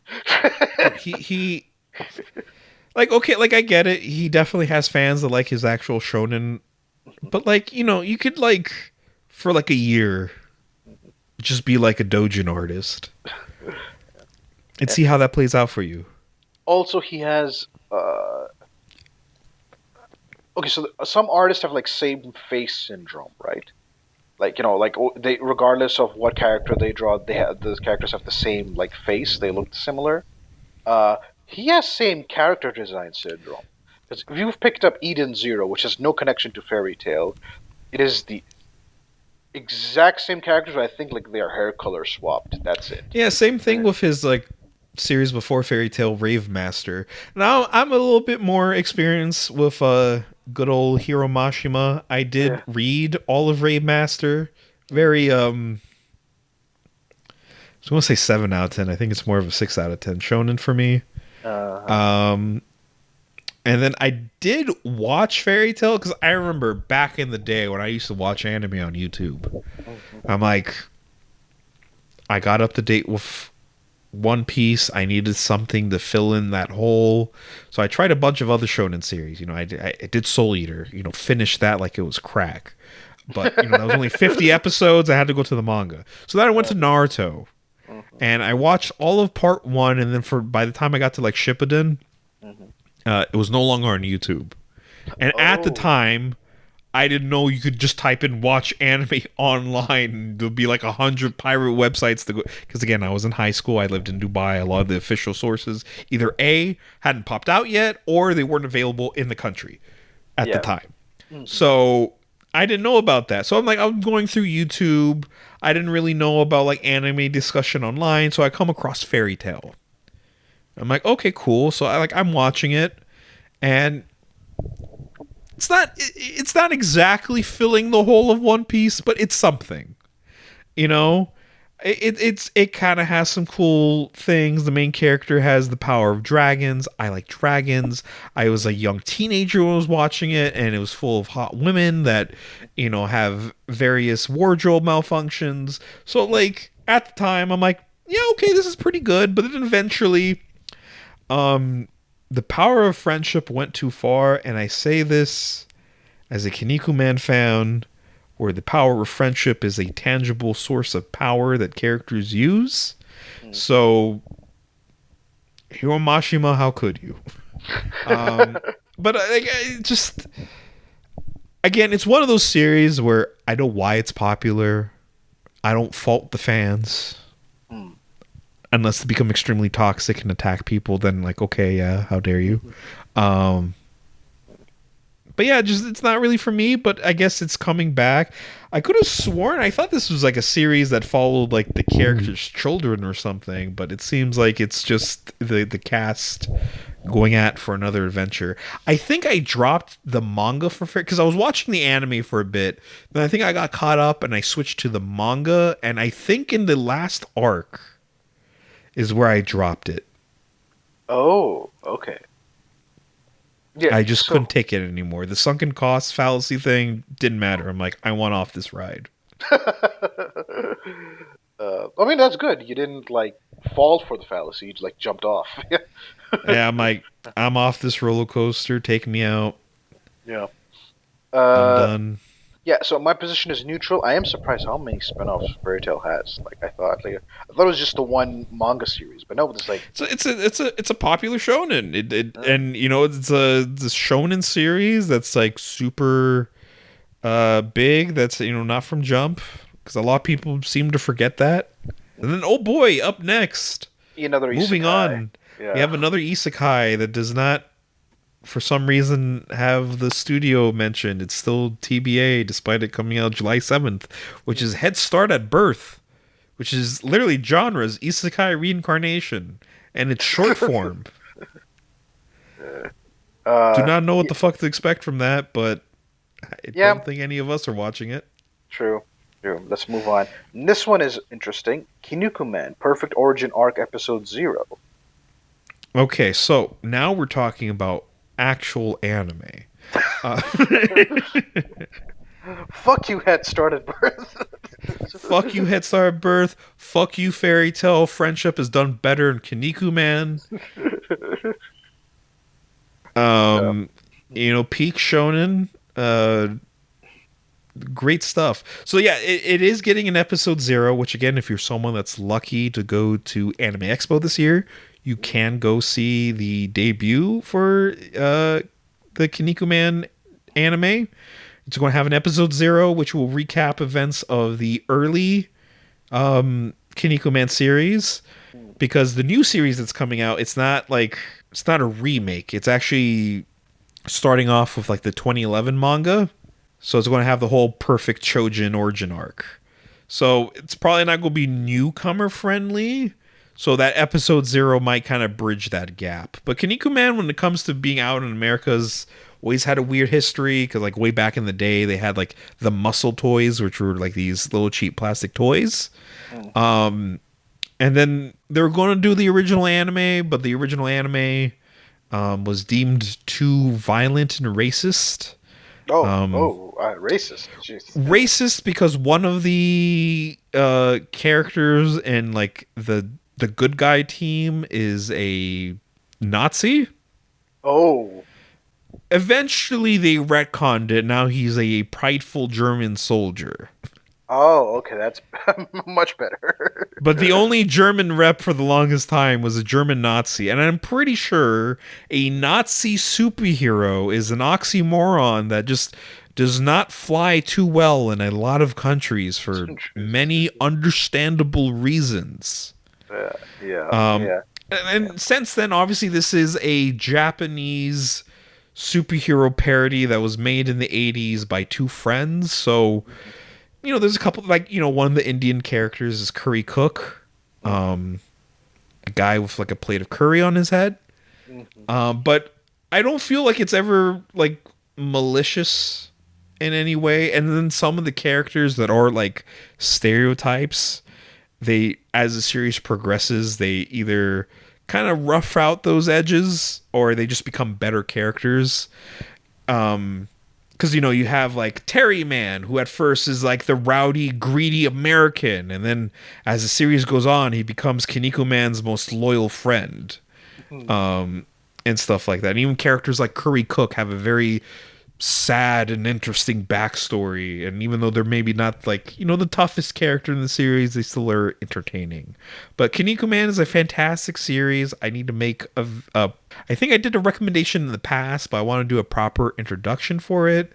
But it's amazing that we're getting not only a new Kiniko Man anime, but it's going to be coming out on Netflix. So Mm. I am Netflix excited.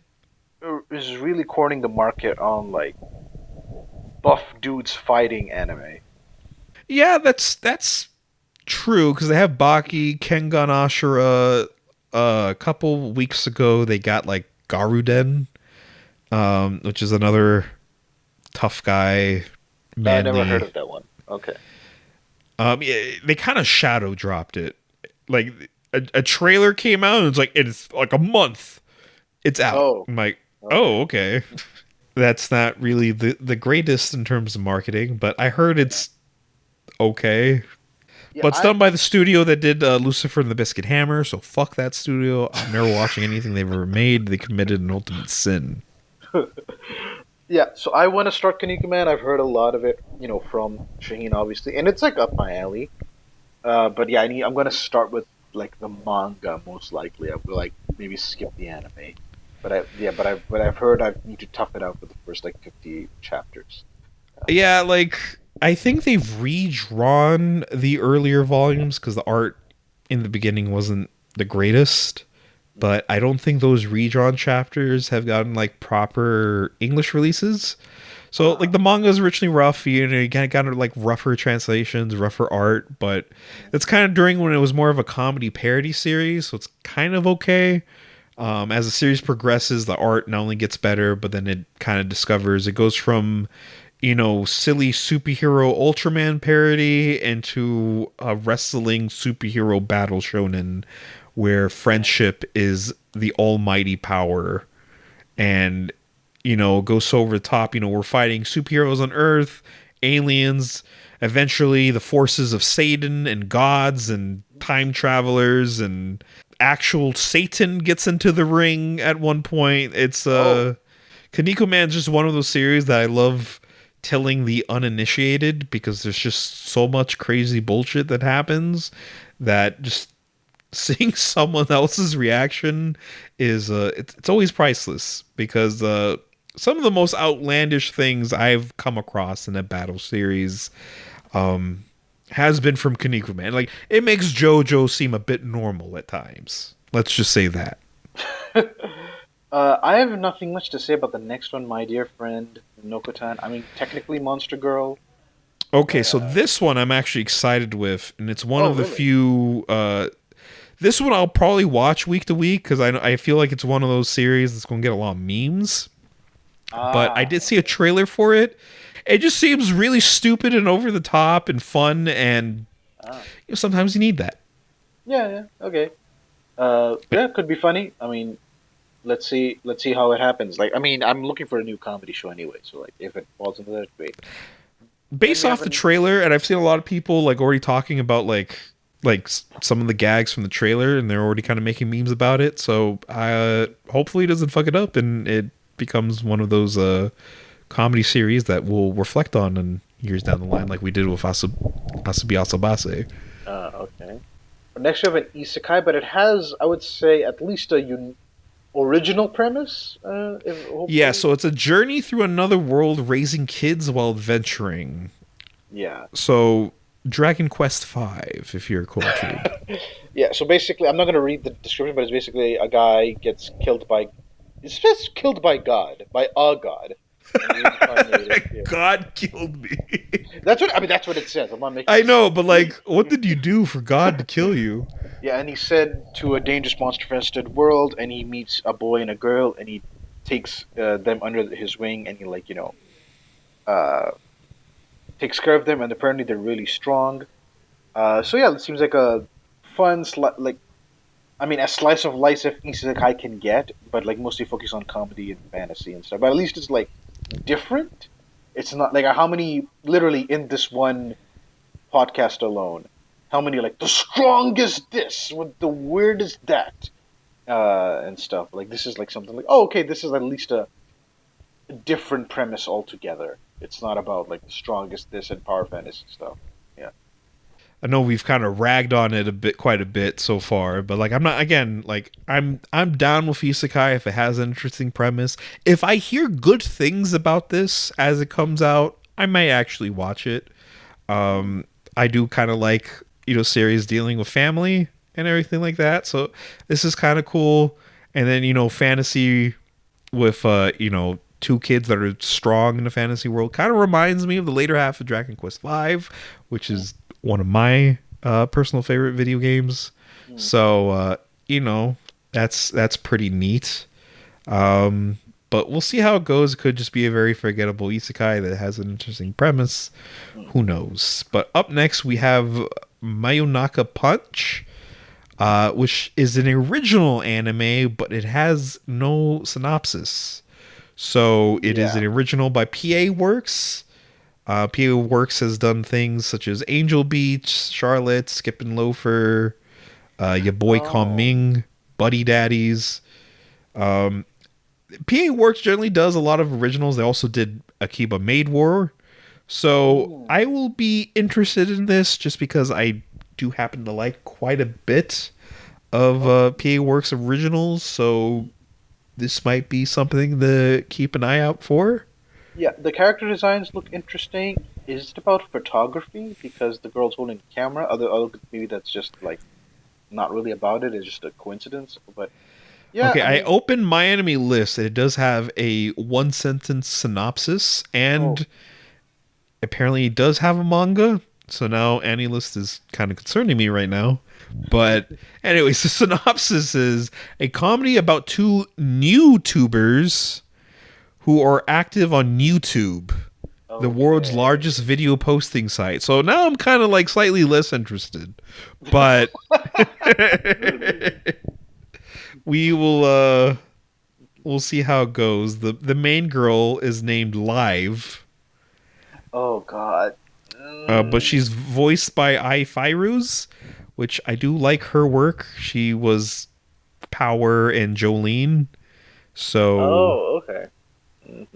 do like her. So who knows? We'll see. I guess we'll just leave that off of if it's something that I hear good views on, that I might check that out.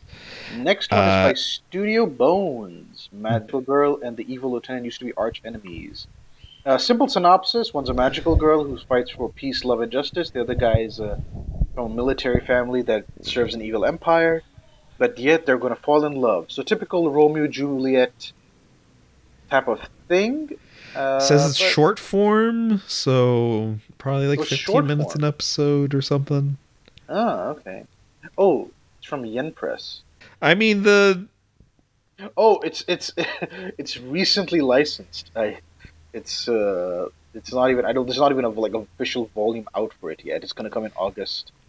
It was announced it's gonna come out in August 2024, I think. So yeah, I mean like looks good. And we'll see what happens. I hope it doesn't do the typical Romeo Juliet thing. I hope it just like, take some twists and turns. But yeah, looks good. yeah, I mean, I don't know. The premise doesn't really draw me, but who knows? Yeah. Up next, we got Bye Bye Earth, an action adventure fantasy by Linden Films, which is in a world of anthropomorphic animals. Only Oh, but one the human main being was born. Okay. So this is this furry heaven? Well, see, like the poster has a bunch of like just humans with animal ears. So Yeah, it's not like Disney's anthropomorphic, which is just an animal like just acting like human. Yeah. yeah, see, I thought like anthropomorphic was like animals on two legs and everything, like actual animal people, not just I have the ears of a creature on my head. I'm not a furry, but I feel like I would be more interested in this if they were actually animal people rather than just people with Yeah, animal ears. Because yeah. in that aspect, why does the main character feel that out of place? Because it's just like I feel it's easier to hide. Like you could just put on fake ears or something. They might have Not tails, I think. yeah, but not all animals have tails. You could just be like, I have a very small tail, and Yeah, yeah. Were you going to examine my ass? No. yeah, or you could just be like, I'm just a balding ape. Okay. Jeez. Like You don't know what my situation is. How dare you? Yeah. exactly. So like, yeah, I don't know. It's not. I feel like the premise kind of like falls flat when like not everyone else is like an animal, like a proper animal person. It's Next. not Beastars and all of a sudden like one human looking guy just comes up. That's interesting. Yeah. But I don't know. Then next up we the title is Why Does Nobody Remember Me in This World? Isekai, I'm I don't assuming. know why that title just gets me.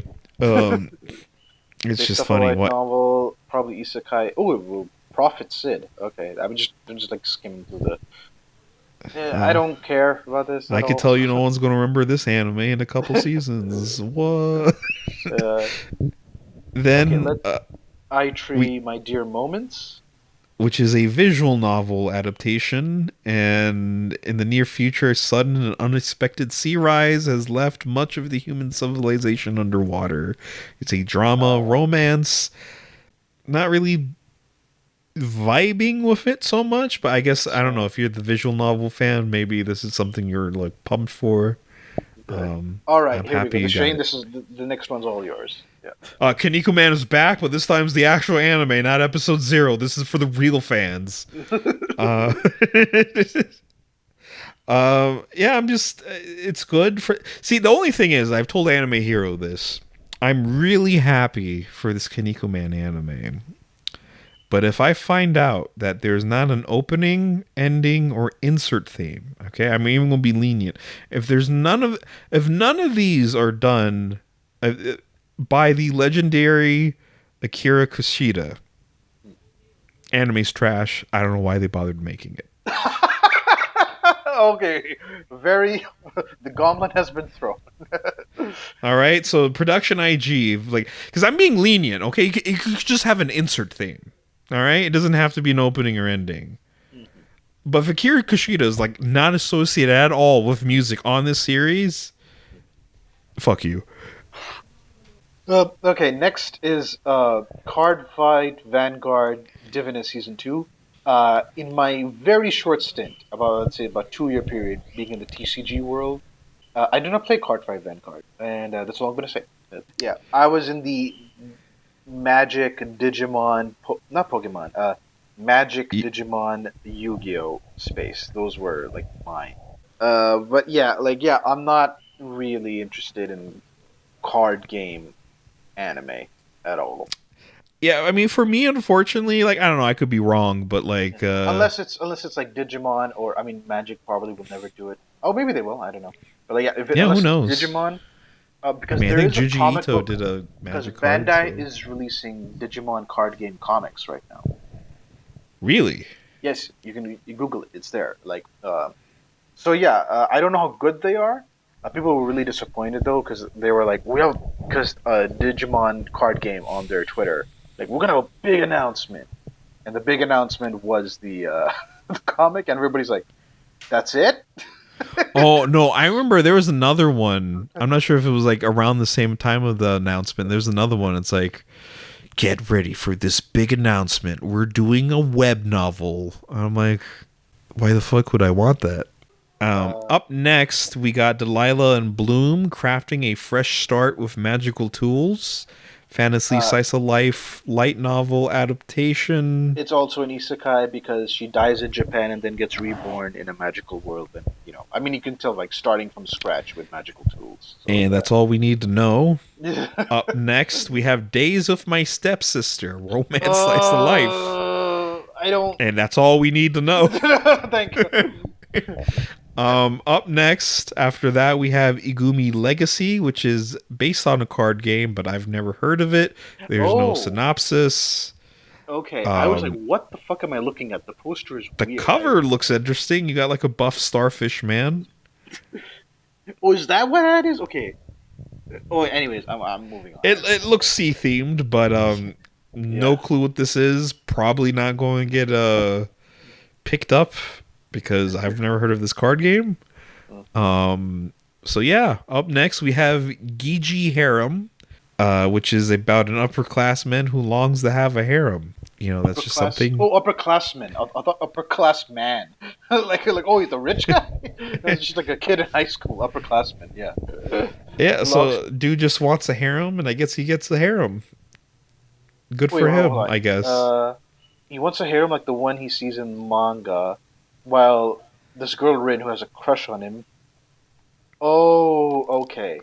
So the girl who likes him plays a different character every time she meets him to make him like feel he has a harem because the girls acting like different girls. Okay, like the one girl is acting like different people.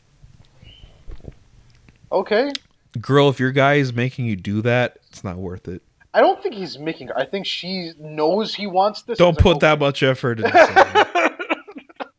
something. He's not worth it. Go find somebody else. He's Yeah. not even trying to be committed to you. He's outwardly telling you he's not going to be. Leave him, dump his ass. Unless you're into that, then go ahead, proceed. Okay, this one is really interesting. The next one, Grandizer U. So finally, anime for your dad. Literally, Mike. Yeah. So for those who don't know, so my dad uh, mentioned to me. I think this was like I can't remember when. Uh, he mentioned me like, "Oh my God, son, I used to watch this cartoon when I was a kid called Grandizer." I love that show. That was like a great show as a kid. Used to watch it every time, and I didn't know what it was. And then later on, thanks to Shaheen and I found out about Mazinger, and then I mentioned, "Hey, does this have any relation to Grandizer?" He said, "Oh yeah, it's like part of the same like Trilogy, kind of. trilogy universe, yeah, whatever." Yeah, I guess. So it's like, oh, okay. So then, yeah, I'm surprised that like we have. There's going to be a remake now. Is this a remake or something?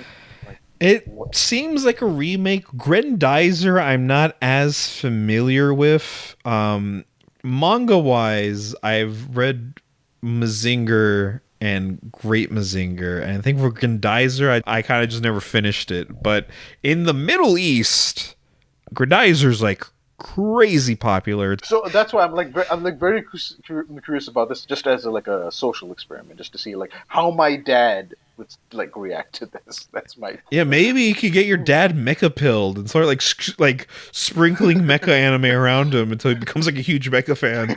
Then all of a sudden you turn around one day and your dad's building Gunpla and you're like, "What monster did I just create?" and he's arguing online with like real robot fans, super robot fans. Yeah, yeah. Let's go. Mecha fans these days are pussies. Back in my day, we had Grendizer, real fucking mecha. Uh, yeah, so like I'm excited for this. Just I'm like, out of like pure curiosity, like especially with my dad, this might be something we watch together. So yeah, yeah, looking forward to it. Yeah. So yeah, I'm always down for like a new Go Nagai anime, even though like I'm not sure how much actual input he had on this, but Yeah. it's been a while because we kind of had like a good period. Wait. Gono guy's still alive?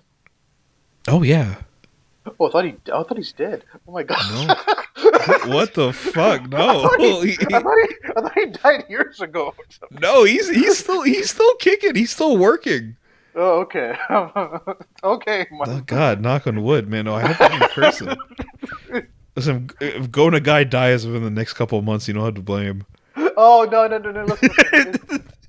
My power only applies to pop culture creations. All right, not death. It's it's a very positive. It's a godlike ability. That time I got reincarnated in predicted media trends. Yeah, media trends exactly. Not the lives of people. Like okay, yeah. Yeah, Honestly, so yeah. Yeah, like I'm down for it. I think the last Go Nagai anime we got was like Cutie Honey Universe. Or was it Devilman Crybaby? I forgot. There's a No, no, brief no, no. period of time where we were getting a Kyrian lot of Universe Nagai came material. after. I remember it came after. I think. I'm pretty Oh, sure it came okay. after. I think so. That's what I remember. Because I remember Devilman being a big deal, but not Kyrian Universe. Yeah. Yeah, because like yeah, I mean, Cutie Honey Universe I think is like the weakest Cutie Honey anime, unfortunately. Yeah. Even though kind of adapt, I don't know. It was weird. I definitely had my gripes with it. Among that like trilogy of newer Nagai anime, it was definitely the weakest. Because then we got Mazinger Infinity and Devilman Crybaby, and I guess before all of that, we got the Devilman versus Cyborg 009 crossover, which personally is my favorite of the bunch. But Yeah. yeah, I we'll still need see to how watch. Grendizer you. I still need to watch Shin Cutie Honey. So the hardcore That's a OVAs. pretty good one. That's I think that's like my favorite Cutie Honey anime. Mm. I think. See, like I do like Re Cutie Honey, but I think I just like the first episode in its entirety, and then bits of the other episodes. Oh, I enjoyed Re Cutie Honey. I mean, I binged it, so I probably like it as a whole package, like together. I Yeah. mean, I did too, but like I don't know, the first episode I think was like the best, and then after that, I'm like, if you want to turn it off, you can.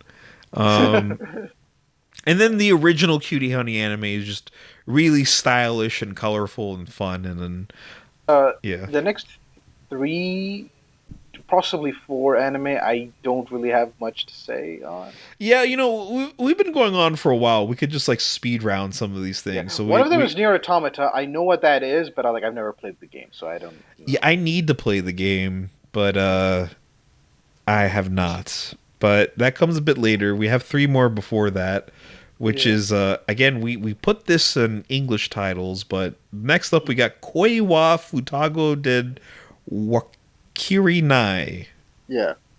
which is a otaku culture romance school love polygon comedy. The Then we fuck is got Love Polygon? What kind of tag is that? it's a love polygon, it's a love with polygons. Wait, what?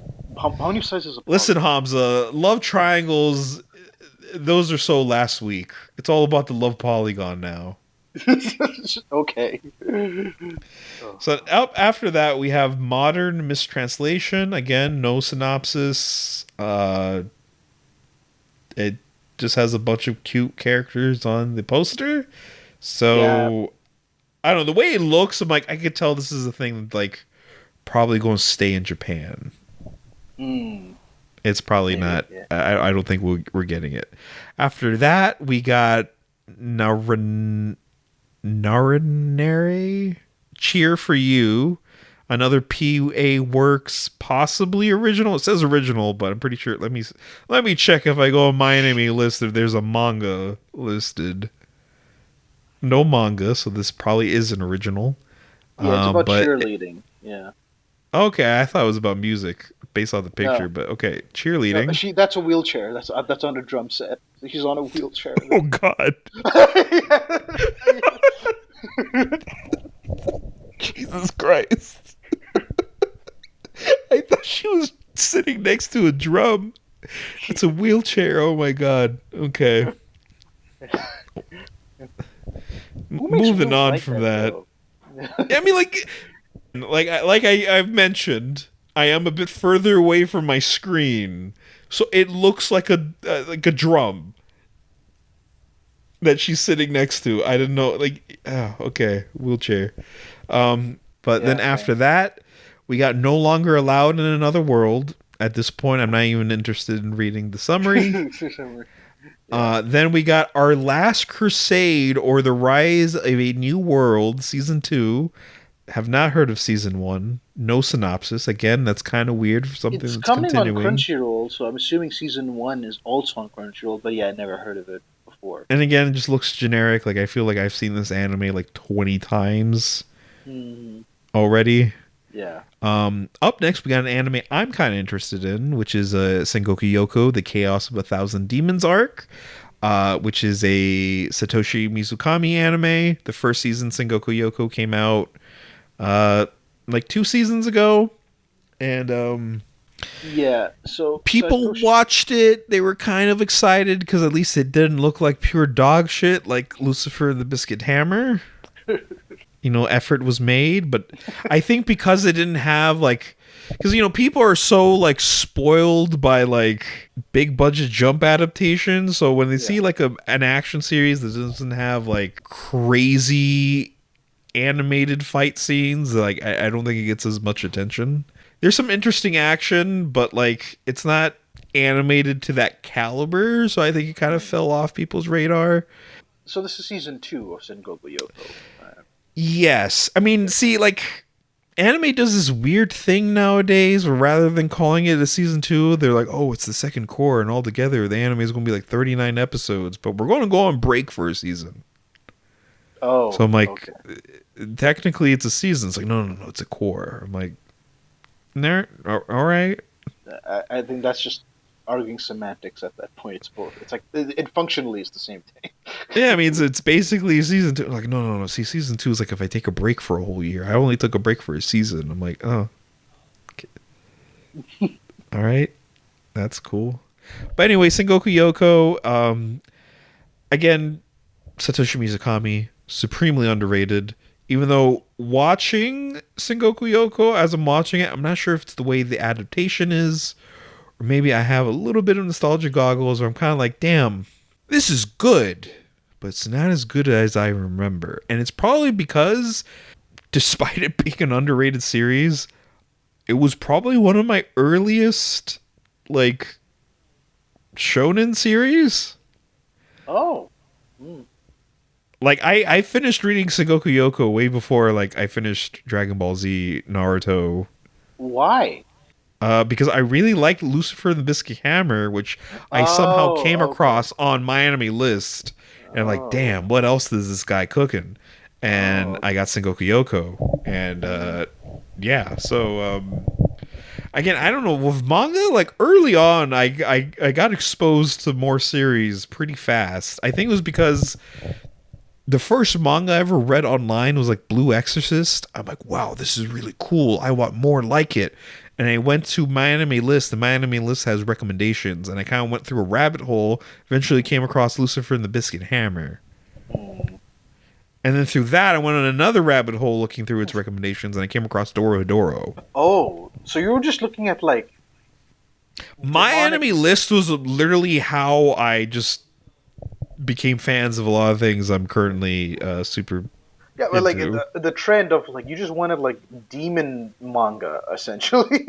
Okay, well, to be fair, Lucifer and the Biscuit Hammer wasn't really about demons. It was like espers fighting an alchemist. Then who's Lucifer? That's just the title. The Oh. the main girl, despite trying to save the world from an evil alchemist that's going to smash the world with a giant hammer if he's not stopped in a certain period of time, the main girl, despite that, still wants to destroy the world herself. Okay.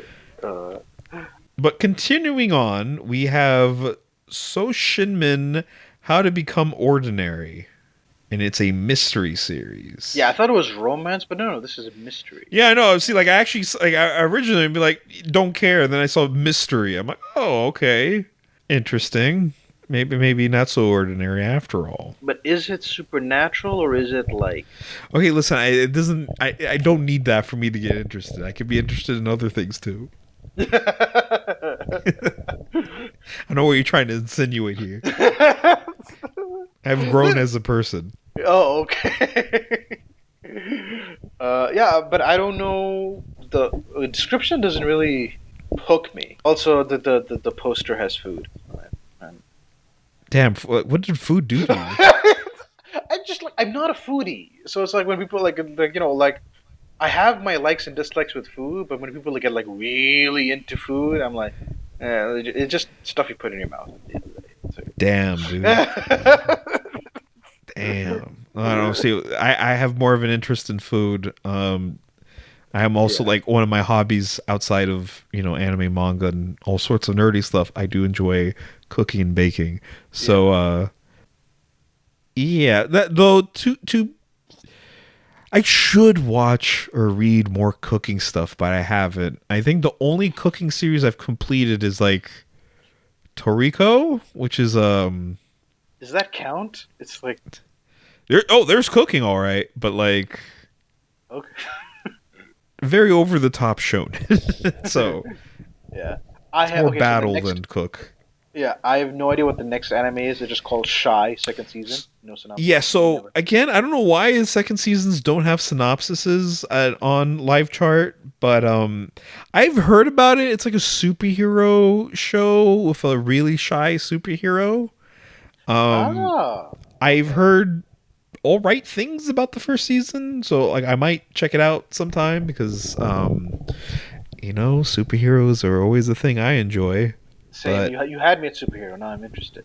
yeah, so Shy season 2, if you're a Shy fan, well, there's more Shy for you. Then we got Oh, it has Stick It. 6.72 on Mal. That could mean anything, really. Yeah, it is Listen, based my on a anime manga. list, I'll never take that seriously, considering that Apocalypse Zero, the OVA, is like Oh ranked yeah, that is super low, really and low. Apocalypse Zero kicks ass. So I don't know, my anime list, very helpful for me to like develop my taste in anime and manga, and I do use it to, calculate all my viewings of anime and manga and everything, and it will be subject to another episode of the Punchcast later down the line. But when it comes to reviews, I'm like, y'all just a bunch of bitches. Anyways, Yeah. up next we got Stick It Around, Konyu season 2. Again, cute. Looks like a cutesy chibi. Yeah. Don't know where he's sticking it to, but now Sticking we're it like in around. the yeah, he's sticking it around. Yeah. I don't know what he's sticking it around to, but we'll see. But now we're in the final stretch. We have a another Jump series, which is the Elusive Samurai Yeah. Made by the same guy of Assassination Classroom. and Demon Detector Nero. Yeah, I haven't read a single chapter of the manga, but it's on my list, and I am interested in it, because especially because it's like unique. It's like it's shonen, but it's like comedy, and it's like a girl who's like really good at getting away from things rather than like fighting things head on. I think So it's a yeah, I'm interested. guy. What's a guy? Yeah, main character is the true successor of the clan. He does not like conflict. Oh, he. Oh, I Wow, I. Hamza, 2024 and misgendering on Pride Month, no less. I thought he was a girl for the Get his longest ass, everyone. time. Oh God!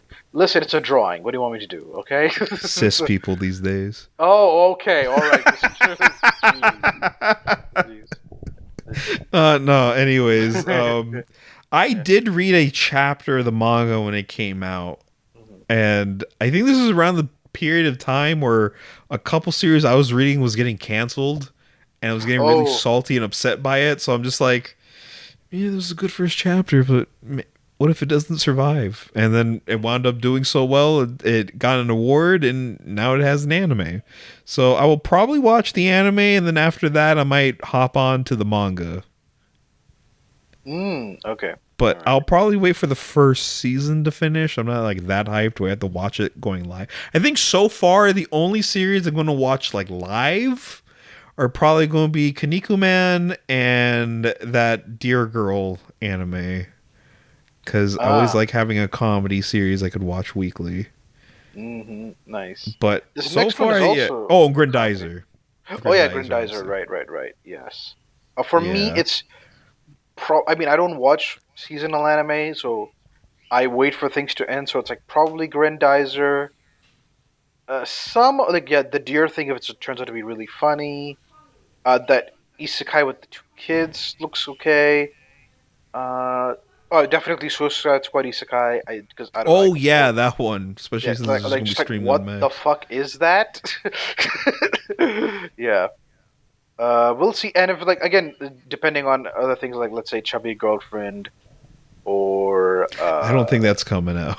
Like, I think that's like I'll strictly in Japan. on purely art style alone, I'll check out Quality Assurance in Another World. because I do like the art style on that, even though it is Oh yeah, like plus yeah, size elf. But again, like the plus size. animation from that trailer, I'm kind of like, Yeah, that's why I'm stick. ignoring it because, like you said, the animation's not good. So I'm like, eh. But also, I want to Yeah. figure out the manga situation of that. But I don't know. Maybe if the anime is uncensored. Maybe Oh, oh, yeah. elf titty. The next one I read the synopsis. It's like Oh, too harem many without. losing Yeah, heroines. basically, this guy is noticing that all the popular girls are being rejected by the guys they like, and it turns into an entangled drama. So, I mean, okay. Mm. Possible love polygon, you might say. Oh, okay. It's not tagged as that, so it's not there. All Yeah. right.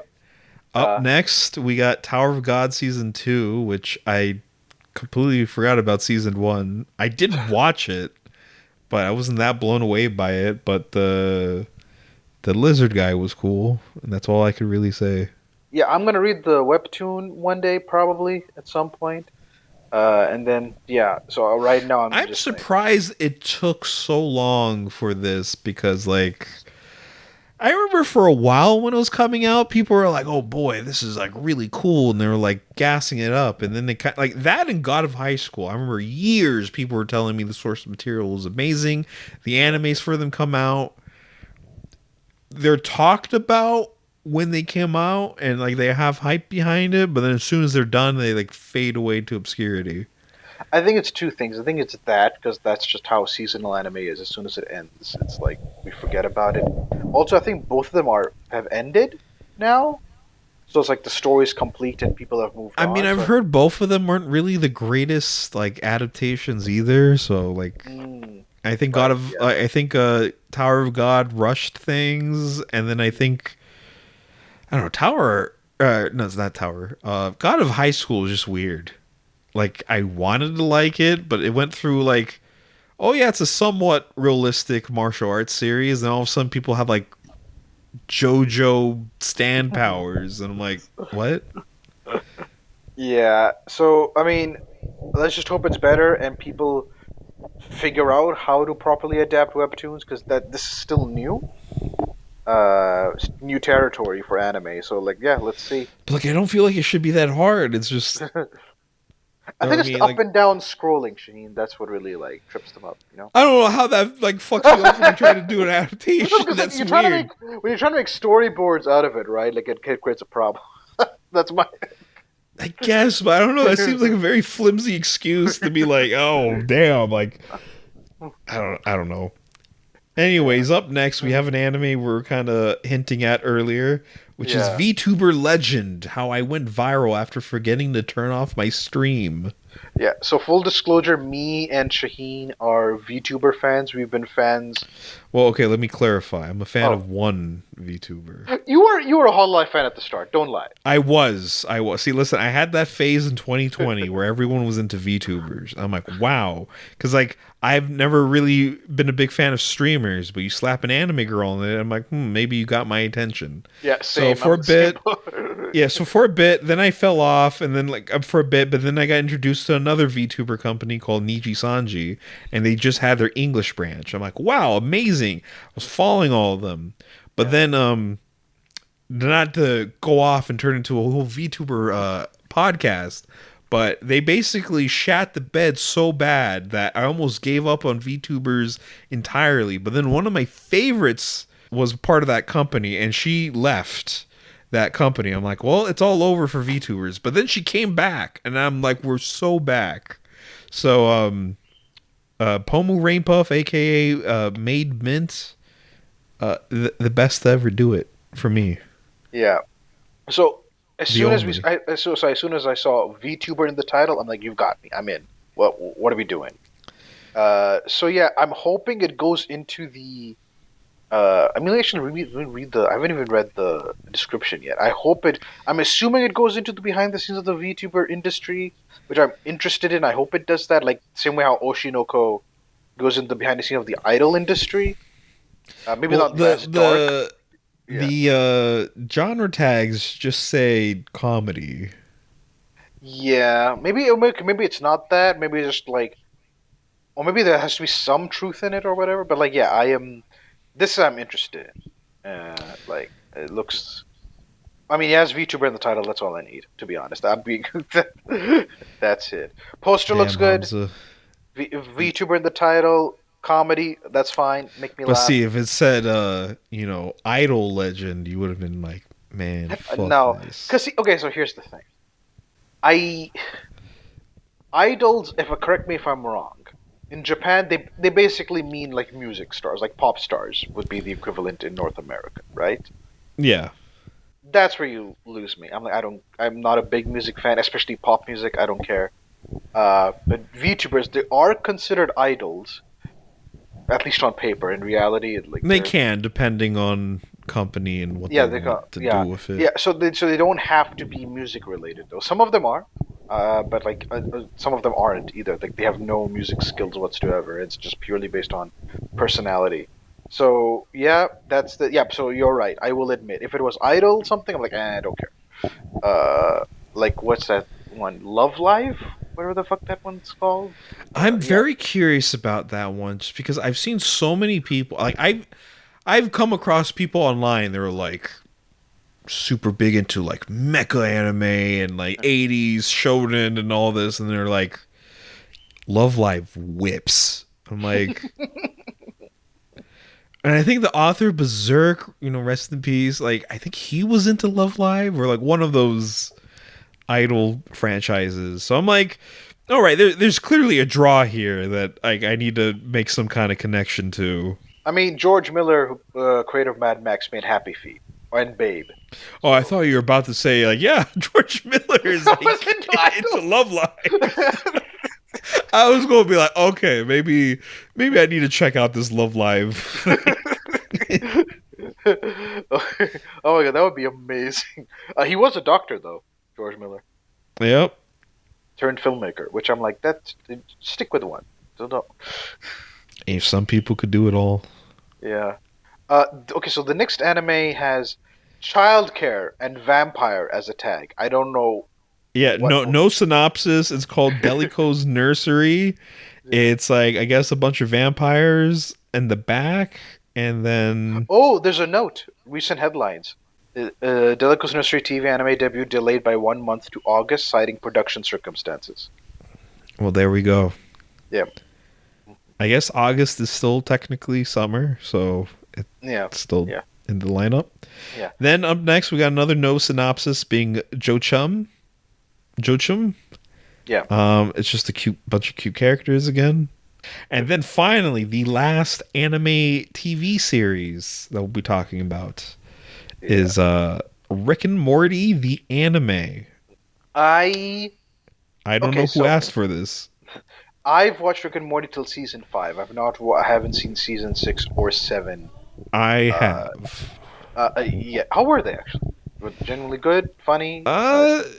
See, with Rick and Morty, I don't know. It feels like a series I've been hostage to. Like, No one's forcing you to watch it. What does see, that like, no, mean? no one's forcing me, but like, I just watch it, and I'm like, it's not my favorite thing. Like when it's over, it's not like I'm thinking about Rick and Morty, or I'm like, yeah, Rick and Morty memes all day, baby. Yeah. But I just watch it. Like I don't know. I guess it's just because of the cultural imprint it left. It stuck with me. I did enjoy season 7, which was the 7 where they changed the season where they changed the voice actors for Rick and Morty. Yeah. And you get used to it pretty fast. By like the second episode, it kind of just locked in place. Okay. And there was actually a pretty funny joke that I got a really good laugh out of me. But yeah, I don't know. Rick and Morty is just kind of like, it's not my favorite currently ongoing adult cartoon. I think that would probably be Smiling Friends for me. Yeah, I gotta check that out. Dude, I swear sometimes I have to stop myself because like sometimes like let me watch a moment on YouTube from the series and then like I mean Smiling Friends is like an 11-minute episode series. Yeah. So like watching one moment, you've watched a good portion of the episode. I'm like, that was so good. Let me just watch that. So there's certain episodes I think I've seen way more times than I like to admit. But yeah, I it's the kind of humor that really gets me. Dragging it back to Rick and Morty for a bit. Um, I don't understand why they felt the need to do this, and the fact that it's called the anime, like it's on the poster, it's part of the name. Like See, I feel like this was like one of those things where when they originally announced it, which I think was like 4 or 5 years ago, like it's I been a remember talking while. to like we were Yeah, talking about this at university in the student yeah, lounge. yeah. I feel like at that time it made sense given the series was at its peak popularity. Yeah. Now it's just like, all right, little late with this one. Because literally, Yeah. like, it still kind of has a like ugly Rick and Morty style to it. So Yeah, it's not why like couldn't this just be normal Rick and Morty? I yeah, really don't know why it has to be the anime. It yeah. Because seems like weird. because Adventure Time had like Japanese directors come in, shift the art style, change the animation up a bit. So I don't see why Rick and Morty can't do the same thing, especially since like I mean Rick and Morty has rules, but also no rules. So they can make a joke out of like, what Morty? We're in anime now. Wubba lubba dub dub. Like I don't know. Yeah. Like you could have done that. Like this season we're gonna be in anime. Like I don't know. Like there's so many avenues you could have just made it into that one show. I don't know why you had to make a completely different spin-off. I'm very curious to see how this will do and what the fan base's reaction will be, and then it's gonna further uh, add complications to the whole are cartoons anime debates.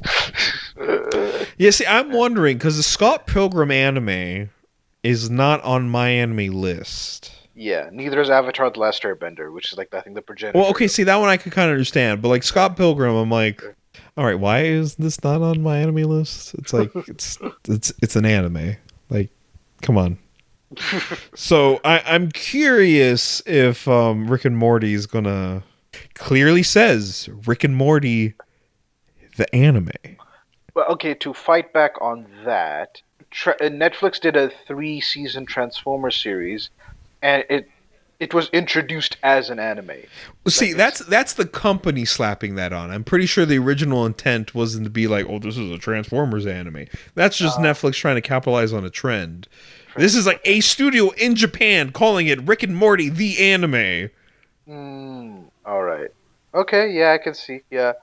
Oh well, I am curious. I gotta catch up on the two seasons. Then, although this is a spin-off and it's standing on its own as an original work. So Yeah, I don't think yeah. it's like you're going to see like, oh, the conclusion to like the evil Morty. Oh, actually, that kind of happened in season 7. But yeah, it's not like you know you're going to get some incredible. At least I don't think you will be getting anything incredibly. Yeah, I think Um, it's gonna be standalone episodes, and it's just anime directors like just do some weird shit with Rick and yeah, but Morty. see, like anime, like Rick and Morty, where he has so many weird, bizarre plots and weird action, like over the top action scenes where they get into like Voltron armor and everything. So like, I don't get what the point of now we're in anime. Well, like what avenue that opens up for you? Because it's not like you couldn't do that in American Rick and Morty. Yeah, which is a Uh, weird distinction to make. Yeah. yeah, almost. Yeah, interesting. But anyways, so now we're in summer 2024 movies. And first up, we got Yeah. My Hero Academia, the movie. You're next, which I haven't seen the last Hero Academia movie. I think by the time this movie comes out, Hero Academia might be finished. Who Uh, knows? so I've seen the one where they fight basically their version of Magneto, and we see a bit of All Might at when he was a superhero in America. The one where they go to an island and Bakugo and Deku combine their powers, if I'm not mistaken. Like Yeah, those are the two I've seen. Those were like the first two. this is the first two. This is the third or the fourth? The fourth, the third one is where like when Deku becomes like wanted, Ah, okay, that's the one I haven't seen. and the Okay. fourth, this one, I just love the trailer because it's like introducing Dark Might. Yeah. Like there's like an All Might clone they have to fight or something. There are three music ones here. I do not like. Oh no, four. No, this is three. It's three. Never mind. Yeah. All right, so we got Bocchi the Rock, the compilation movie. Yeah, it has music.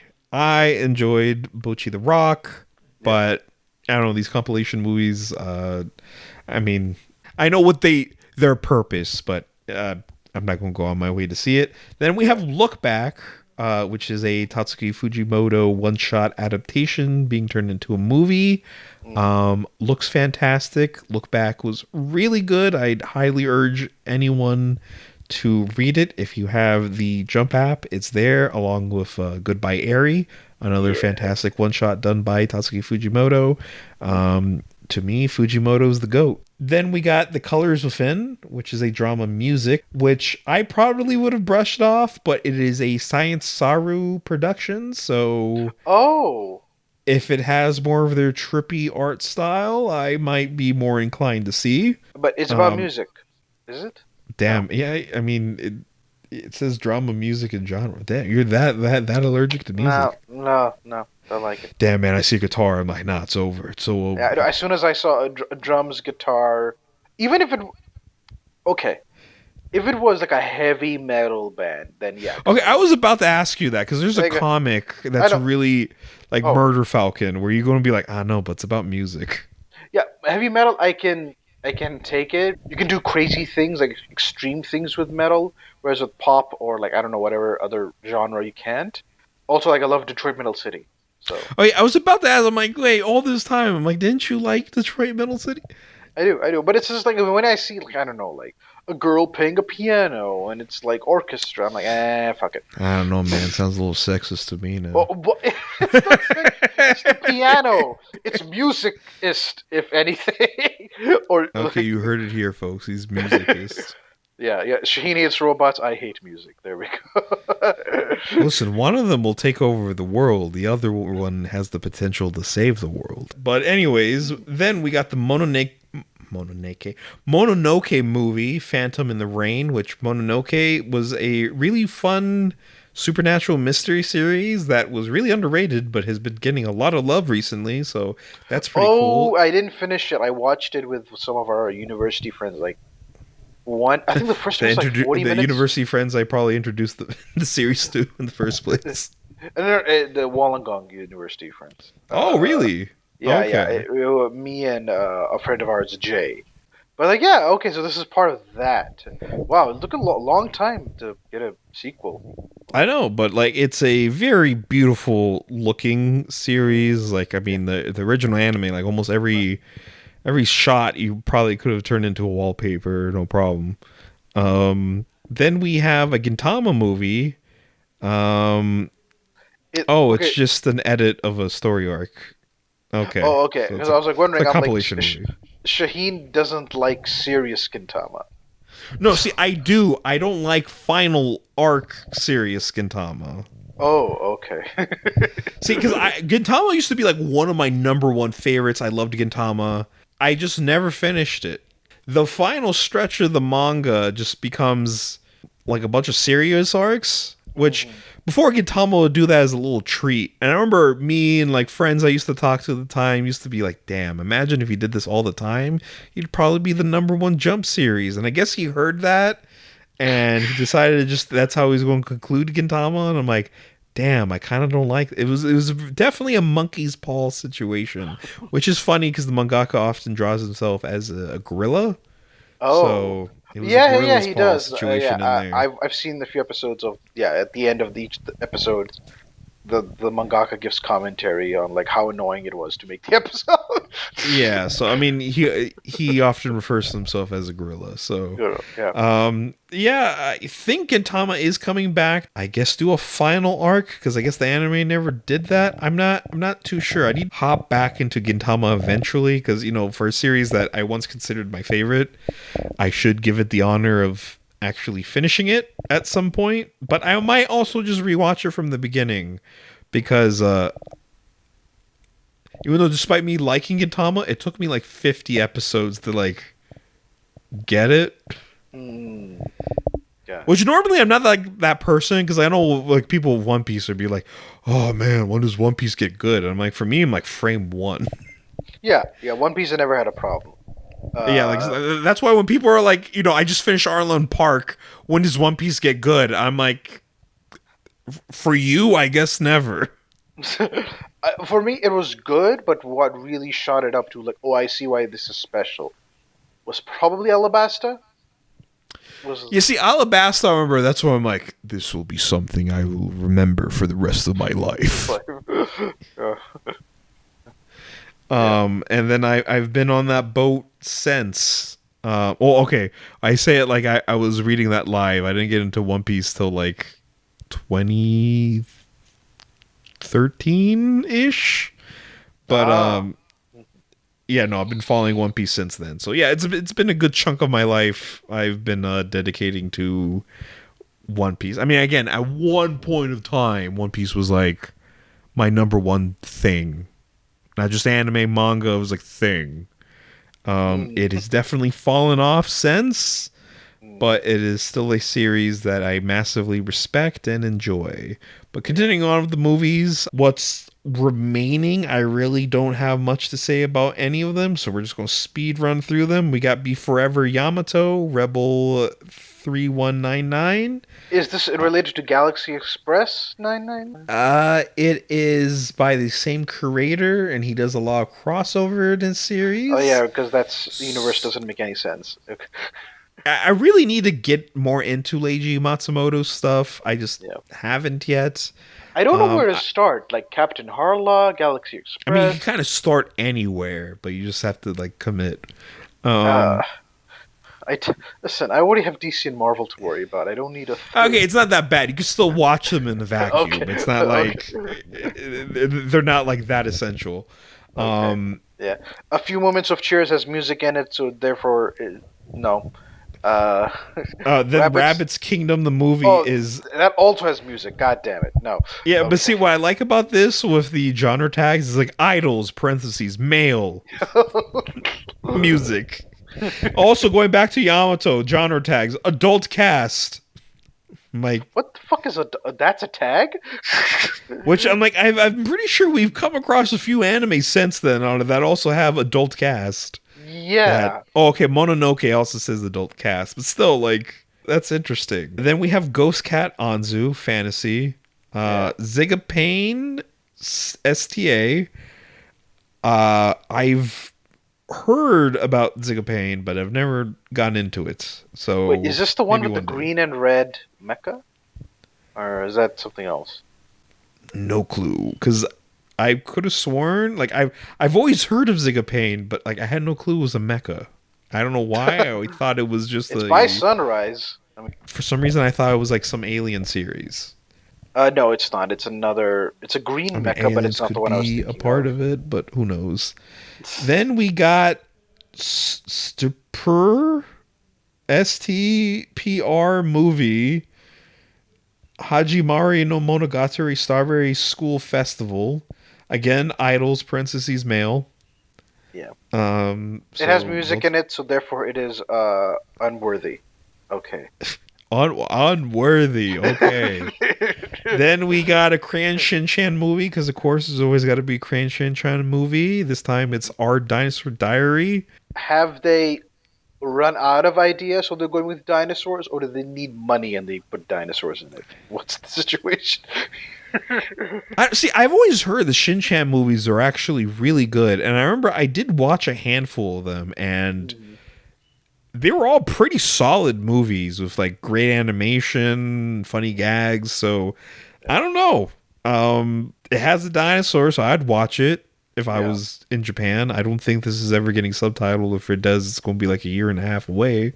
I had like a Shin-chan phase for a bit.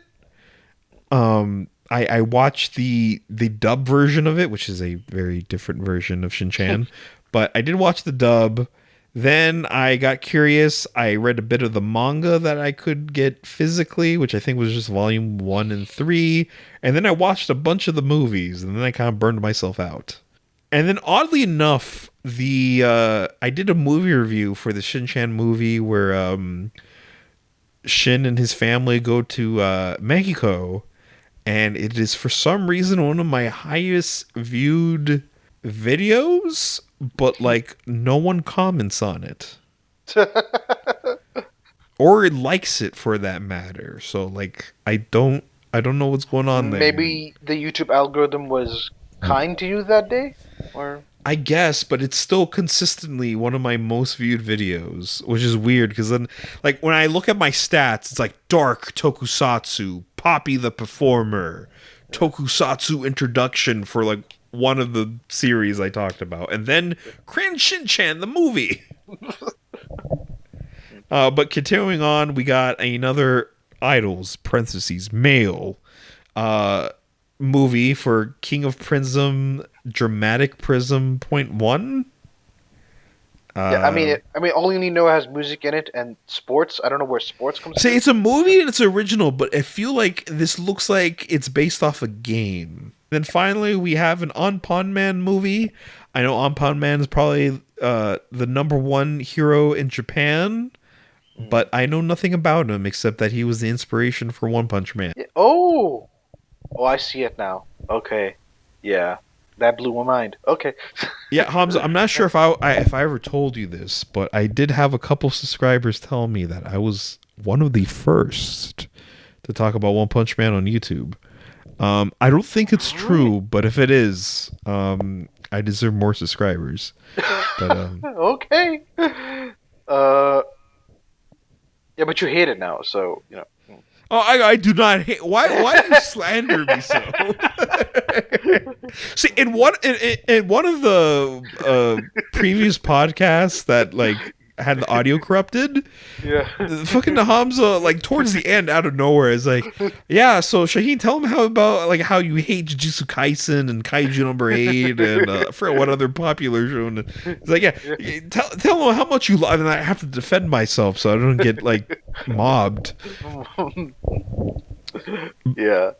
But now we've made it to the OVA portion, and then we're going to be done. And if you survive this long, I love you guys. You're my homies. Oh, Kimi no Todake. Sorry, I'm jumping ahead. I didn't know that was. No, it's okay. That's the first one. It's coming to Netflix. I have not seen or read the series, but I've always been interested. Yeah. Then we got a Monogatari series movie. I have not seen any of the Monogatari series, so I've tried watching them. Shaft is not for me. Studio Shaft. I liked Madoka Magica, but it's still like I don't think I fully comprehend it. And Monogatari, like the whole series, Bakemonogatari, whatever, like that whole series, it's like not for me. It like everything goes way over my head. I got into the series the wrong way because I saw a fight scene on YouTube, and I'm like, wow, this is dope. So I watched like the first 5 episodes. I'm like, what the fuck? It's more talkie than punchy. And when I was a 14-year-old, I just wanted punchy or booby. So Okay. I guess I could have gone the second part from Monogatari, but there's too much talkie for me to appreciate that. But speaking of punchy, we got yeah. Baki Hama versus King on Ashura, which is already out. I have not seen it. I have not watched the new Baki anime, but I am up to date with the manga. And I read King on Ashura Part 1. It's alright. Okay. And then I never watched the anime because it's disgusting CG. Which even though I just said King on Ashura is alright, I do think the manga has some of the most bone crunching panels I've ever come across in the manga. So it definitely has that going for it. So this is a crossover that definitely seems interesting. So I'll probably watch it. It'll be cool to see the Kingon characters in 2D as they should have been. For me, this is where my official English thing fucks me over, because You make it sound like it's a disease. Like, nuts, my official English disease.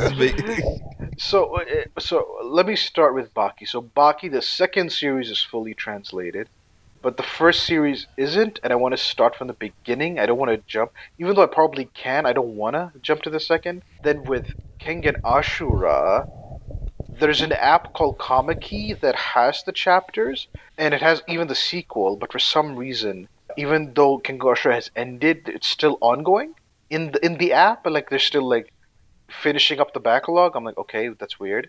And then on Amazon, you can get the volumes digitally. but it doesn't have all of them. It has up to like volume 12, 13, and there's like 27, if I'm not mistaken.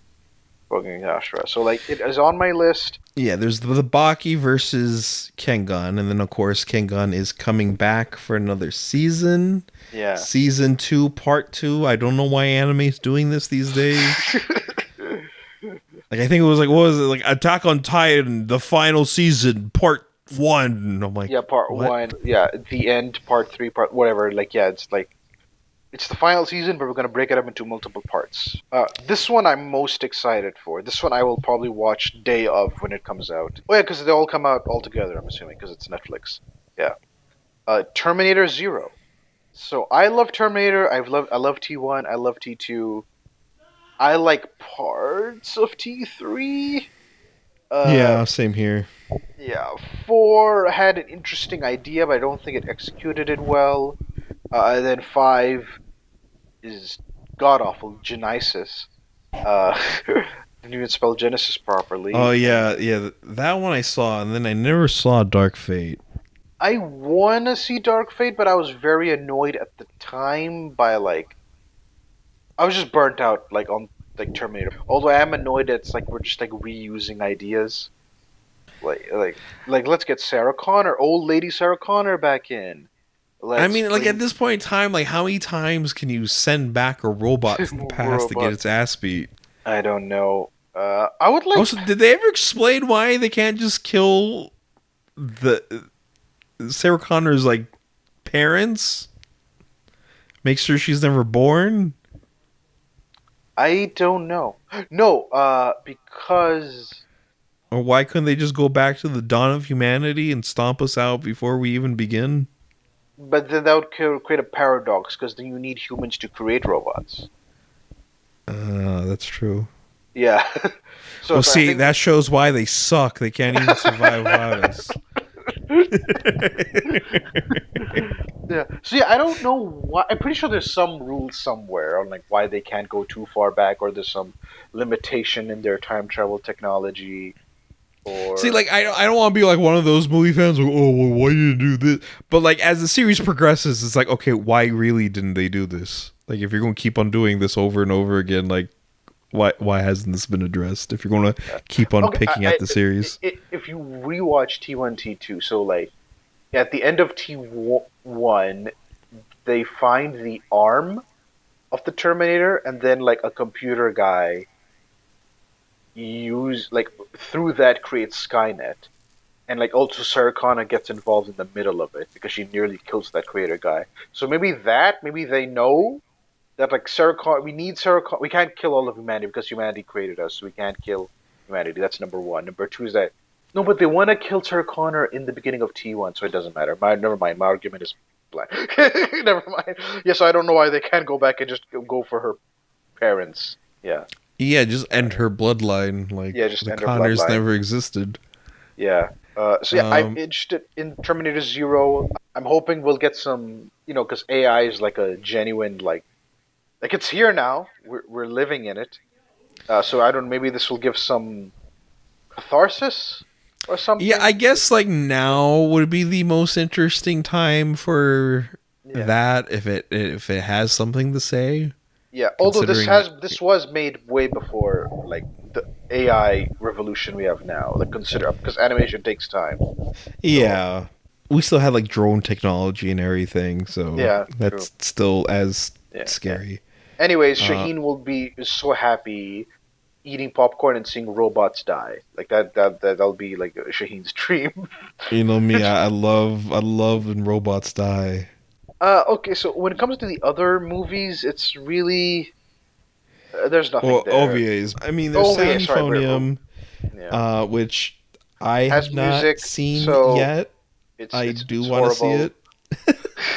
Rising Impact is a golf series. Now, what I find hilarious about this one, so this is from the same creator as Seven Deadly Sins. And Ah, me and a few other people like a series that creator did before Seven Deadly Sins called Congo yes. Bancho. So when news came out when this guy had another series that was going to be adapted, we're like, oh boy, it's time for Congo Bancho. And it's like golf. The sigh of disappointments from everybody. Yeah, we're just like, oh, this is a very bad monkey's paw. It's like, yeah, we want this dude's other series to get adapted. And then it's like, here's the golf series. Don't talk to me. And it's like, that's not what we're asking for. You see, with the success of Seven Deadly Sins, why not like go back and be like from the creator? So like movies do that all the time. From the director of this, from the producer of that, from the makers of this. Could see this doing that, but I don't know why it's the golf series. Especially like this one's coming out on Netflix, and like Netflix, as we previously discussed, they kind of like Macho Man anime. So I don't know why they didn't just grab Congo Bancho. It was like it was right there. And I guess based off of what I've seen from his work, might be one of his better works, because Seven Deadly Sins is really not it. Yeah, it And has. I think everyone agrees now, because despite it being popular, it seems like with every new edition, it progressively looks shittier. The anime or the manga. Anime, but then from what I've heard from the manga, like there's been some decisions which people are like, what the fuck? Up next, we got Laid Back Camp Season 3 specials. I'm not really sure what that entails, but I am currently watching Laid Back Camp Season 3. Just cute girls camping. It has food, so I don't think Hamza will like it, because he doesn't like food. I mean, it's about camping. It's like slice of life. Like, food just happens to be there. When it's everything like centered around food, I'm like, eh. Like, They do a lot of camping for the sake of eating specific food. I'll see, because I like the premise of Late Bad Camp, but although I've never watched one of those like relaxed, chill slice of life where like it's just people just doing nothing. Yeah, I mean, literally, there's just episodes where it's like, I'm getting on my motorbike, I'm driving to the destination, I'm setting up camp, I am making food, I am sending pictures of my food to my friends. Yeah, we have cute interactions. I go to sleep. The end. Yeah, like for example, like Glass Reflection really likes those because it helps with his anxiety. Just like watching like calm, no big fight, no conflict, nothing, just like a nice regular. I can't relate to that. So, but like, I don't dismiss those shows as like it's not because See, sometimes I just need it because like I've consumed so much hot blooded energy. I need something to calm me down. down.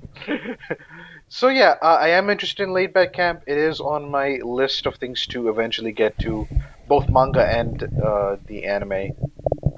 Yeah, that's. It definitely makes you want to go camping, and you live in Canada, so. I mean, listen, the comfort of I'll just do it at home. I'm just gonna camp it. I'm just gonna build a blanket for it. I have a backyard with grass. It's fine. It's the same thing. I think there was an episode where they did do that, where they just camped in their backyard. See? So See? there you go. Yeah, I live in a desert and I don't have grass in my backyard, so that is not an option for me. That is a Nevada skill issue. Listen, man, if I go like 30 minutes away from my house, I can reach Mount Charleston, and there's definitely camping spots there. Yeah, okay, sure, whatever you say. Oh, wow, look at this Canadian elitist. He's better than American soil. Fuck you. To finish off, because I'm starting to lose my voice here. Yeah. And then I think this is almost 3 hours, so we're really back with the Punchcast, baby. Baby, yeah. So we got Token Ranbu Kai words. Words. I'm tired, and I'm not going to be able to pronounce that, and I don't want to butcher the language. Now I'm kind of not concerned, but I'm slightly interested because I thought I knew what Token Ranbu is. It's kind of like a samurai. I'm not sure if BL, but it has maybe those elements to it, and like it gets adapted to a lot of stage plays. When I'm looking at the genre tags, it's action, anthropomorphic, fantasy, historical samurai. I don't know when the anthropomorphic thing comes up, or if that's a thing with this season, but I didn't know it was that type of show, but I guess there's that if you're into that. The final 3 series, I don't know. We got like Nijion Animation 2 specials. It is a CGDCT. I don't know what that means. Comedy series of idols parentheses female. Well, so Then is it like, do they have like three tags, like idols, idols female, idols male? Like, oh, like, okay, I guess because I remember okay. Oshinoko. I think it was just idols. I mean, Yeah, I need to go idols. back and check, but I don't remember idols parentheses female. Yeah. I'm like, damn, way to be sexist about it. You couldn't just say idols. You have to like Yeah. specify. Then their second last series, we got Ata Shinichi Next. Never heard of it, and I don't think we ever really will after this podcast. Yeah. But if you know about it, tell us about it. And then Mhm. finally, we have Chi's Sweet Adventure Summer Vacation. I know about Chi, one of the more famous cat manga anime series. Yep. I didn't know it was a CG series. I don't know. Maybe this is a live chart thing. It says streaming JP Netflix. So, like, will we not get it? I don't know. I feel like most anime that get released on Netflix, I'm like, why wouldn't you at least bring it out to other? I don't know. Mm. Again, probably licensing. It's like it doesn't have an international deal yet. Maybe. Yeah. Yeah, that is the entirety of anime coming out in the summer. If Yeah. you guys like this enough, we will hopefully, as long as we don't go on any other extended breaks, Yeah. we will most likely do the fall, winter, and spring for the upcoming seasons. We'll probably streamline it a bit, focus up a little bit more, and not get too sidetracked. 'Cause I feel weird about skipping them because there's clearly a lot of these things. Like, we could have skipped like 15 isekai series, but then like we might as well just talked about like here are seasonal animes we're interested in. But then like where does that stop and begin? Because realistically, there's like 4 series I'm probably going to watch week to week, and then the others I'm just going to wait to like finish and then I'll watch them. Because like for me, it's like Suicide Squad, Isekai, the Dear Girl one, Kaneko Man, and Sengoku Yoko, and I guess technically Terminator, but Terminator doesn't come out like a month later from everything else, and it's most likely going to be all in one. I don't think they're going to do the weekly for Terminator.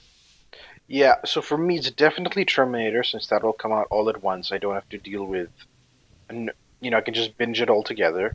But as far as others are concerned, these will probably catch at some point later on in life. Like Suicide Squad, when it's all done, definitely.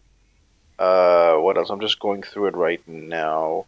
Let's see, yeah, the Deer manga, if it gets, like, I hear good things. Maybe the Magical Girl, uh, romance one with the evil guy.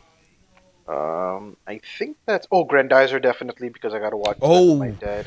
yeah, Grandizer. Oh man, I would love to like if he actually is into it. I'd love to get like weekly updates on his thoughts. uh, yeah, I have to. I'll send him the trailer tonight and then like see what he thinks. I'll send you a I would screenshot. really love if this somehow leads him to become like a mecha anime fan. Yeah. Okay, I do. What I'm scared of is that he remembers something else, but for some reason the name Grandizer is stuck with him. So when I show him this robot, he's like, "That's not Grandizer." I'm like, "Oh, maybe it was another show, I guess." That's my number one fear.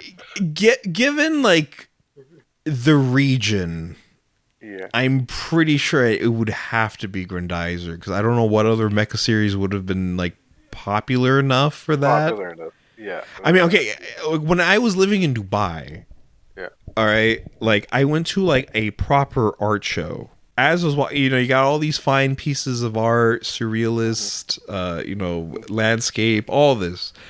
Then out of nowhere, there's just a painting of Grandizer.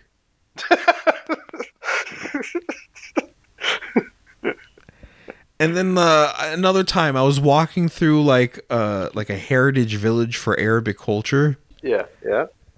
Walking around, everything seems all right. All right, you see the like people serving the Arabic coffee. You're seeing the old school Arab architecture, and all of a sudden, behind one of the buildings is a graffiti of Grandizer. Okay, so it was very important. Right. Yeah, I think there's even like a shawarma restaurant where like I don't know how they got around it, if it was like technically legal or not, but I think their mascot was Grandizer. So would you say what Dragon Ball Z is to like Mexico. Latin countries, Mexico Yeah. and Latin other that's what Grandizer is to the Middle East? Like that's like the equivalent? Probably. Yeah. I mean, I haven't been to other like Arab countries, so I don't know if Grandizer still has the impact. According to the wiki, Grandizer is very popular in the Middle East, Spain, and Italy. So Yeah. maybe it's that Dragon Okay, Ball then equivalent. it can't be anything else. Because my dad, as a kid, lived in UAE for a while. He lived in both Pakistan and UAE. So like, yeah, it has to be this. It can't be anything. uh, oh well, let's see. I will keep you guys up to date on my dad's not first anime, but I guess first anime in a long time. It's just a reboot of a anime he saw when he was young. Yeah, I mean, like I think you'll be able to see Mazinger in it because like I know from the previews they did show Koji, maybe, and then you could show him Shin Mazinger and be like, "This is what started it all, Dad." Yeah. And then he comes to me like, "What's Devilman?" It's like, "Okay, you consume that on your own. I'm not consuming that with you." Read the manga. Read the manga. Yeah. One of the rare instances where the original Go Nagai source material is tamer than the adaptation. Watch it without mom in the room. Oh, def. I can't imagine showing my parents like Devilman. I feel like that would give both of them a heart attack. What about Hellsing? Eh. Well, I thought your Catholic mom would not like it. Well, I don't know. I mean, she's seen plenty of like demon shows and everything. Like, oh, my mom and dad loved Lucifer. Okay, never mind. Okay. Nothing See, matters. my parents are a bit more easy to like. Okay, this is clearly entertainment. Okay. Yeah. Devilman, especially Crybaby, I think is a little too explicit for them. Oh yeah, definitely all the Sabbath and the Sky It's like the Race. sex and violence. I think he'll have some Yeah. problems with Yeah. how depressing it could be. And then I don't know. I think they'd have a problem with the animation. We'll wrap it up here. Hope you guys enjoyed. This is Yeah. probably going to be the longest episode of the Punchcast. Do not get scared or comfortable with this length because it's Yeah. probably not going to be like this for a while. We're going to try to stay in the 2 hour mark. Yeah, me and Shane, we workshop ideas that we're gonna discuss a topic for like an hour 30. And the final 30 minutes would be about like what TV show, comic, manga, whatever anime we're like watching or reading right now, and like talk about that. That's generally what it is. This is just an exception because there was a lot of summer 2024 anime to go through. But yeah, next time when we have more like generic topics, we'll stick with that formula, more or less, little bit. Right. Like next, I think next episode, I think going off the list of topics we have, we might just talk about Godzilla. Yeah, yeah. Also, Give let that us know another in the comments what you want us to talk about. Anything, uh, you know, dub versus sub. Super robot versus real robot. Shaheen's hatred for robots. Anything.